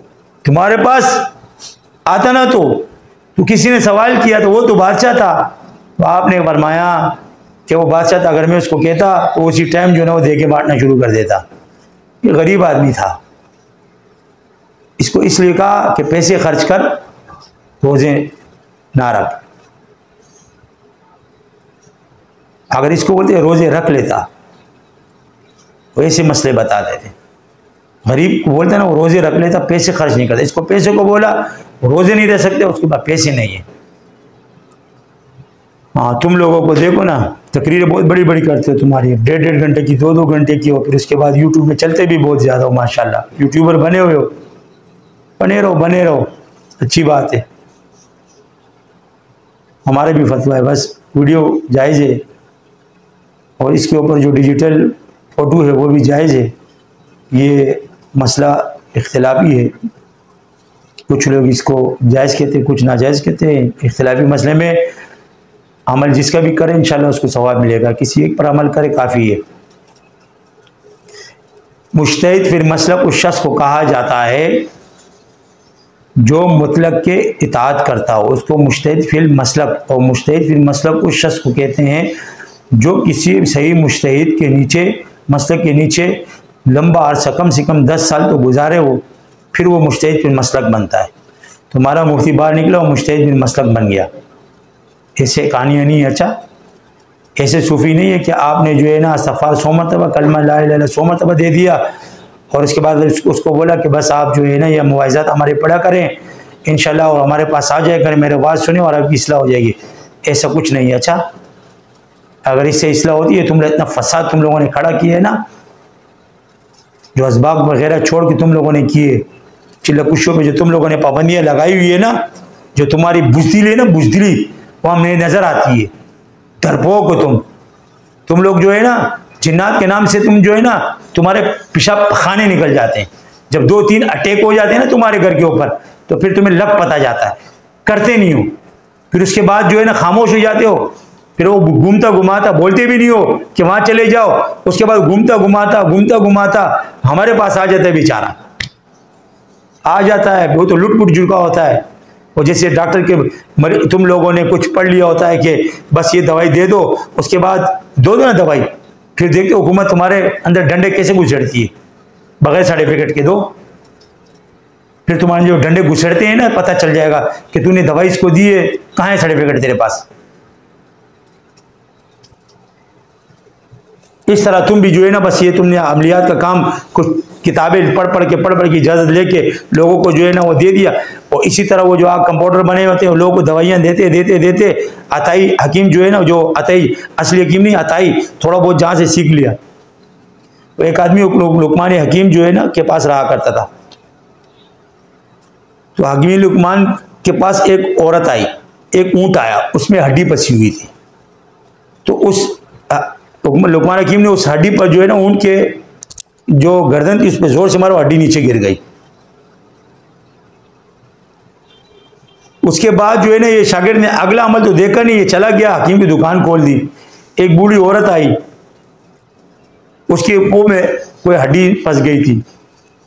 इसने पकड़ा, इसने जो है ना उसके जो है ना गले के अंदर जब मारा ना, वो तो बुढ़ी थी, वो मर गई। मुझे अरे ऊँट तो नहीं मरा था, ये मर गया। कहता है ऊँट तो नहीं मरा था, ये तो मर गया, ये तो मर गई। क्या हो गया? बात हकीम लोग मान के पास पहुंच गए। उसने इसको बुलवाया, कहा खुदा के बंदे, वो ऊँट था, ये इंसान है, इसका तरीका तू ऊँट और इंसान को मिलाता है। तो ऊँट तो इंसान को नहीं मिलाएगा ना। तुम लोगों ने इंसान को भेड़ और बकरियाँ बनानी हो, ये भेड़ और बकरियाँ घुस रही है तुम्हारे अंदर। मौलवी कहते हैं कि ये भेड़ और बकरी है, घुस। अब सूफी तो वैसे आप लोग कहते हो जाहिल है, तो वो भी भेड़ और बकरी हो गया, उसको तो आप वैसे ही कहते हो सूफी जाहिल है, जाहिल है, जाहिल है, उसको तो पहले ही कहते रहते हो। तो वो तो वैसे भेड़ और बकरी हो गया तुम्हारे लिए। ये जो भेड़ और बकरी जो घुसती है ना, फिर बताती है कि भेड़ बकरी क्या चीज़ होती है। हाँ, इसके खाने में तो मज़ा आता है, लेकिन जब ये पेट में फंस जाती है ना, तो फिर निकलता नहीं है ना, तो फिर हकीम साहब भी नहीं निकाल सकते, फिर डायरेक्ट ऊपर चला जाते। भेड़ और बकरी पेट में जब घुसते ये फिर नीचे से नहीं निकलते। तो कोई शख्स जो है ना, अगर बेनमाजी हो, नमाज ना पढ़ता हो, तो उसके लिए मैं आपको एक वजीफ़ा बताता हूँ। आप उसकी इंशाल्लाह पाबंदी करें और इसका जो है ना आप विर्द करें और इसके फ़वाइद फिर मुझे बताएं। और मेरी वीडियो के ज़्यादा से ज़्यादा शेयर करें, आगे करें, लोगों को बताएं, पहुँचाएँ हमारी बातें। ये सवाब है, ये सदका है और ये ईमान है, इससे ईमान कामिल होता है। और नेक बातें सुनना, अच्छी बातें सुनना, ये जो यूँ बयान किए जाते हैं, इसके अंदर इनकी हमारे दिल में कोई हतक तो होती नहीं है। मकसूद तो इस्लाह है, चाहे वो मीडिया में हो, चाहे ज़बान से हो, चाहे वो फ़ेल से हो, सबकी इस्लाह करनी चाहिए। हमारी भी इस्लाह अल्हम्दुलिल्लाह होती रहती है और तामोत इस्लाह जारी रहती है, इस्लाह ख़त्म नहीं होती है। अगर कोई शख्स कहता है कि खिलाफत और इजाज़त के बाद और किसी बड़े बुजुर्ग की सोबत के बाद जाने के बाद या किसी आलिम या मदरसे से निकलने के बाद इल्म का जो है ना वो दर्जा उसको मिल जाता है, ऐसा नहीं है। उसको मुताला करना पड़ता है और सूफ़ी को जो है ना ज़िक्र करनी पड़ती है और अपने शेख और उस्ताद से रब्ता करना पड़ता है। इसी तरह ये सिलसिले चलते रहते हैं और सिलसिले चलेंगे ता क़यामत। तो इसमें इस्लाम मकसूद होती है। ये इख्तिलाफ़ी मसले होते रहते हैं, आवाम जो है ना इससे फ़ायदा उठा सकती है, उनको तो कोई मसला ही नहीं है। उलमा का मसला है, सबसे ज़्यादा हिसाब और सख्त अज़ाब उलमा को होगा। मैं तो एक सूफ़ी ऐसा आदमी हूँ, इन्हीं बुज़ुर्गों की किताबें पढ़ता हूँ, यही चीज़ें पढ़ता हूँ और यही चीज़ें आप लोगों के सामने रखता हूँ और लोग और आवाम की हाल भी देखता हूँ। लेकिन अल्हम्दुलिल्लाह खिलाफत मेरे पास मौजूद है, ज़ाहिरी और बातिनी दोनों भी अल्लाह पाक ने इस नेमत से नवाजा है। तो एक पीर की हैसियत भी रखता हूँ, लेकिन अपने आप को गुनाहगार समझता हूँ और जो है ना आसी समझता हूँ कि हाँ मैं मासूम नहीं हूँ, मुझसे गुनाह हो सकता है और नेकी की कोशिश करता हूँ। नेकुकार अपने आप को समझता नहीं, क्योंकि नेकी और गुनाह की तौफीक ला हौला वला कुव्वता इल्ला बिल्लाहिल अलीयुल अज़ीम, नेकी और बदी अल्लाह की तरफ से है। गुनाह जो हम करते हैं ये हमारे नफ्स की शरारत है और नेकी की तौफीक तो अल्लाह ही की तरफ से आती है। जब अल्लाह की मदद उठ जाती है तो इंसान मासियत में खुश रहता है, अल्लाह उसके ऊपर शैतान को मुसल्लत कर देता है और फिर शैतान उससे खेलता रहता है। और जो नेक बंदे होते हैं अल्लाह की मदद उनके साथ होती है। तो मैं वजीफ़ा बताता हूँ, जो बेनमाजी हो तो इशा की नमाज के बाद रात को सोने से पहले आऊज़ु बिल्लाहि मिनश शैतानिर रजीम 100 मरतबा पढ़ा करे। आऊज़ु बिल्लाहि मिनश शैतानिर रजीम 100 मरतबा पढ़ा करे, इंशाअल्लाह ताला वो नमाजी हो जाएगा। अगर किसी के बच्चे नमाजी ना हो तो उसका वालिद या उसका बाप या अगर उसका शोर नमाजी ना हो तो शोर बीवी के लिए पढ़ सकता है इस नियत से। और अगर बीवी नमाजी हो और शोर भी नमाजी हो तो वो अपनी बच्चों और शोर के लिए पढ़ सकती है। औज़ु बिल्लाहि मिनश शैतानिर रजीम ये 100 मरतबा रोज़ाना पढ़ें, इंशाअल्लाह ताला बेनमाजी जो है ना वो ख़त्म हो जाएगी। नमाज की पाबंदी शुरू कर देगा, बाजमात नमाज पढ़ेगा इंशाअल्लाह और इस वजीफ़ों को हमेशा जारी रखे और इंशाअल्लाह ताला नए वजीफ़े के साथ मैं हाज़िर होऊंगा। व सल्लल्लाहु ताला अला खैरि खल्क़ि मुहम्मदिन व अला आलिहि व अस्हाबिहि अजमईन बिरहमतिका या अरहमर राहिमीन। अस्सलामु अलैकुम व रहमतुल्लाहि व बरकातुहू।